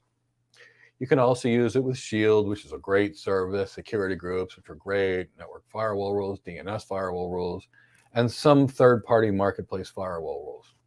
It may be good for you, it may be not. Your mileage may vary based upon how you're using your security and the level you have. But if it works, it's a great way to manage all your AWS stuff in a single place and simplify management. Especially good in highly regulated industries like healthcare or finance, where you need to say that everything is consistent. Can also be used to automatically patch and protect web apps and APIs. So there's a lot of good for it if it works for you. Let me open it up to questions. I think we're going to end there today. Before I get to the questions, please join us tonight for the How to Get Your First Cloud Job webinar. I want you to know exactly how to build the best and highest salary and upwardly mobile career, because I want you to get to the top as fast as possible. And I'll take some questions and we can end there. Jason Anderson, would I use a next generation firewall and WAF for defense in depth? No, I wouldn't use WAF for anything. I would use, say, a Palo Alto next generation firewall, and then I would use, say, a Cisco firewall. And for defense in depth, I would have 2 next generation firewalls that each provide things. So I'd rather 2 platoons of Navy SEALs than a group of sleepy policemen that all need a nap because they're all sleepy because they just got done partying at the bar, and then a SEAL platoon. I would use 2 sets of SEAL platoons. So kind of keep that in the back of your mind. Is it safe to think with AWS CloudFront of AWS, Queen? No. A single content delivery network is a single point of failure. A single cloud is a single point of failure. A single server is a single point of failure. And if it matters, no, don't have any single points of failure. Now, if it doesn't matter, my cat Cindy's website, where she's grooming herself in one photo and eating shrimp in another photo, I don't need two content delivery networks. It doesn't matter. Cindy the cat's website goes down, she meows a little bit and she eats some extra shrimp until she's happy. It doesn't matter. But if you're dealing with a bank, if you're dealing with a global retailer, if you're dealing with anyone whose business is dependent upon technology, no, it's not safe to use a single content delivery network. Because when it fails, and it will fail, you're done. What is AWS content delivery network called? CloudFront. How much BGP should you know for the pro exam? Robert Hayes, the pro exam is not enough to get any job in the world, and it covers nothing on BGP. And quite frankly, the AWS Advanced Networking covers nothing on BGP. And that's why none of them are even close to being sufficient for actually working as an architect. I would say the professional exam and the AWS Advanced Networking might equal 9 to 10% of what you would actually need. How much BGP do you really need to know to be an architect? A whole lot. A whole lot. Because if you don't understand BGP training, you've got nothing, because you've got no network. And without a network, you can't reach anything and nothing falls apart. But you need to know BGP. We teach BGP extensively to our students, and we're actually going to give you a free BGP resource next week.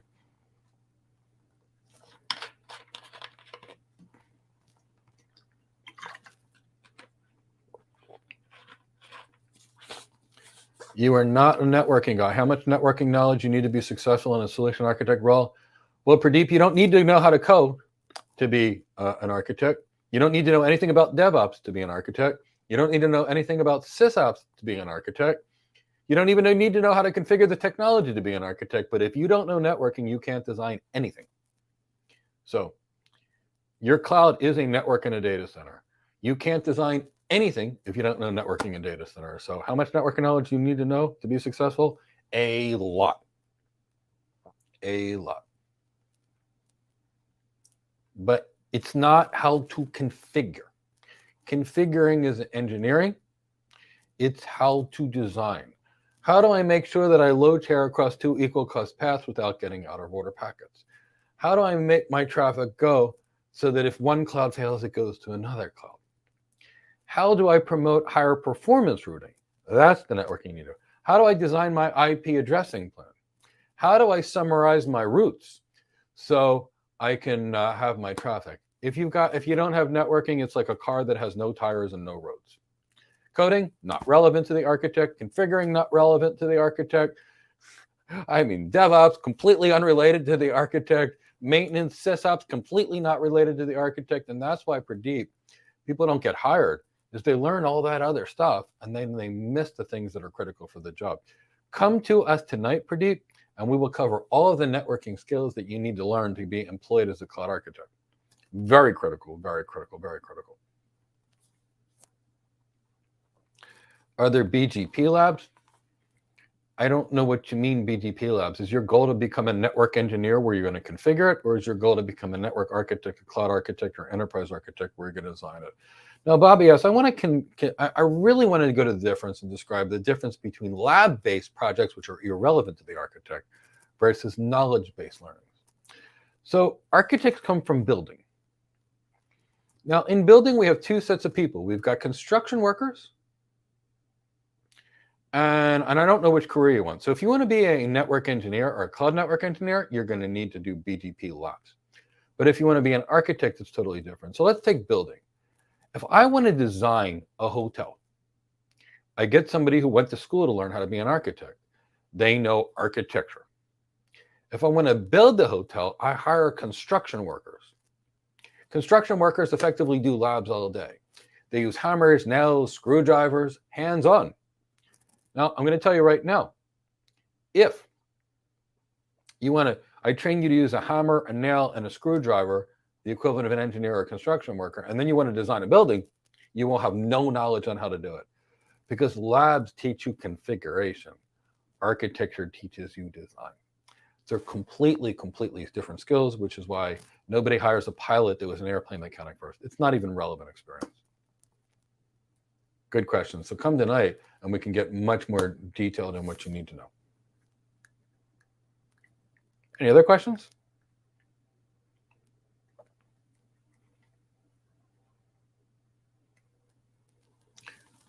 Okay, so I hope to see a tremendous number of you tonight. I want you to all get hired and have a great job. Darius, I'm thrilled that you're going to be there. Florence, I'm thrilled that you're here. Ken Sherman, it's always good to see you. AWS training.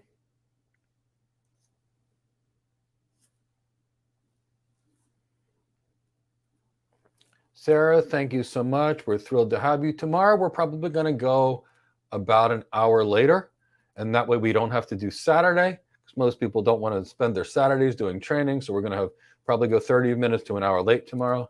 Eugene, I'm thrilled you're here. Wonderful to have you here. Pradeep Kumar, great to have you. Jim Weaver, thanks for being here again. I'm thrilled you're here. So make sure you're here tonight. My team will pop a link to it again. I want all of you hired, not just certified. Anybody can get you certified, but we can get you hired and tell you how to get hired if you're with us or on your own. All I want is you to get hired, have an amazing career, create some generational wealth for you, where not only do you have wealth, but your children have wealth and their children's children have wealth.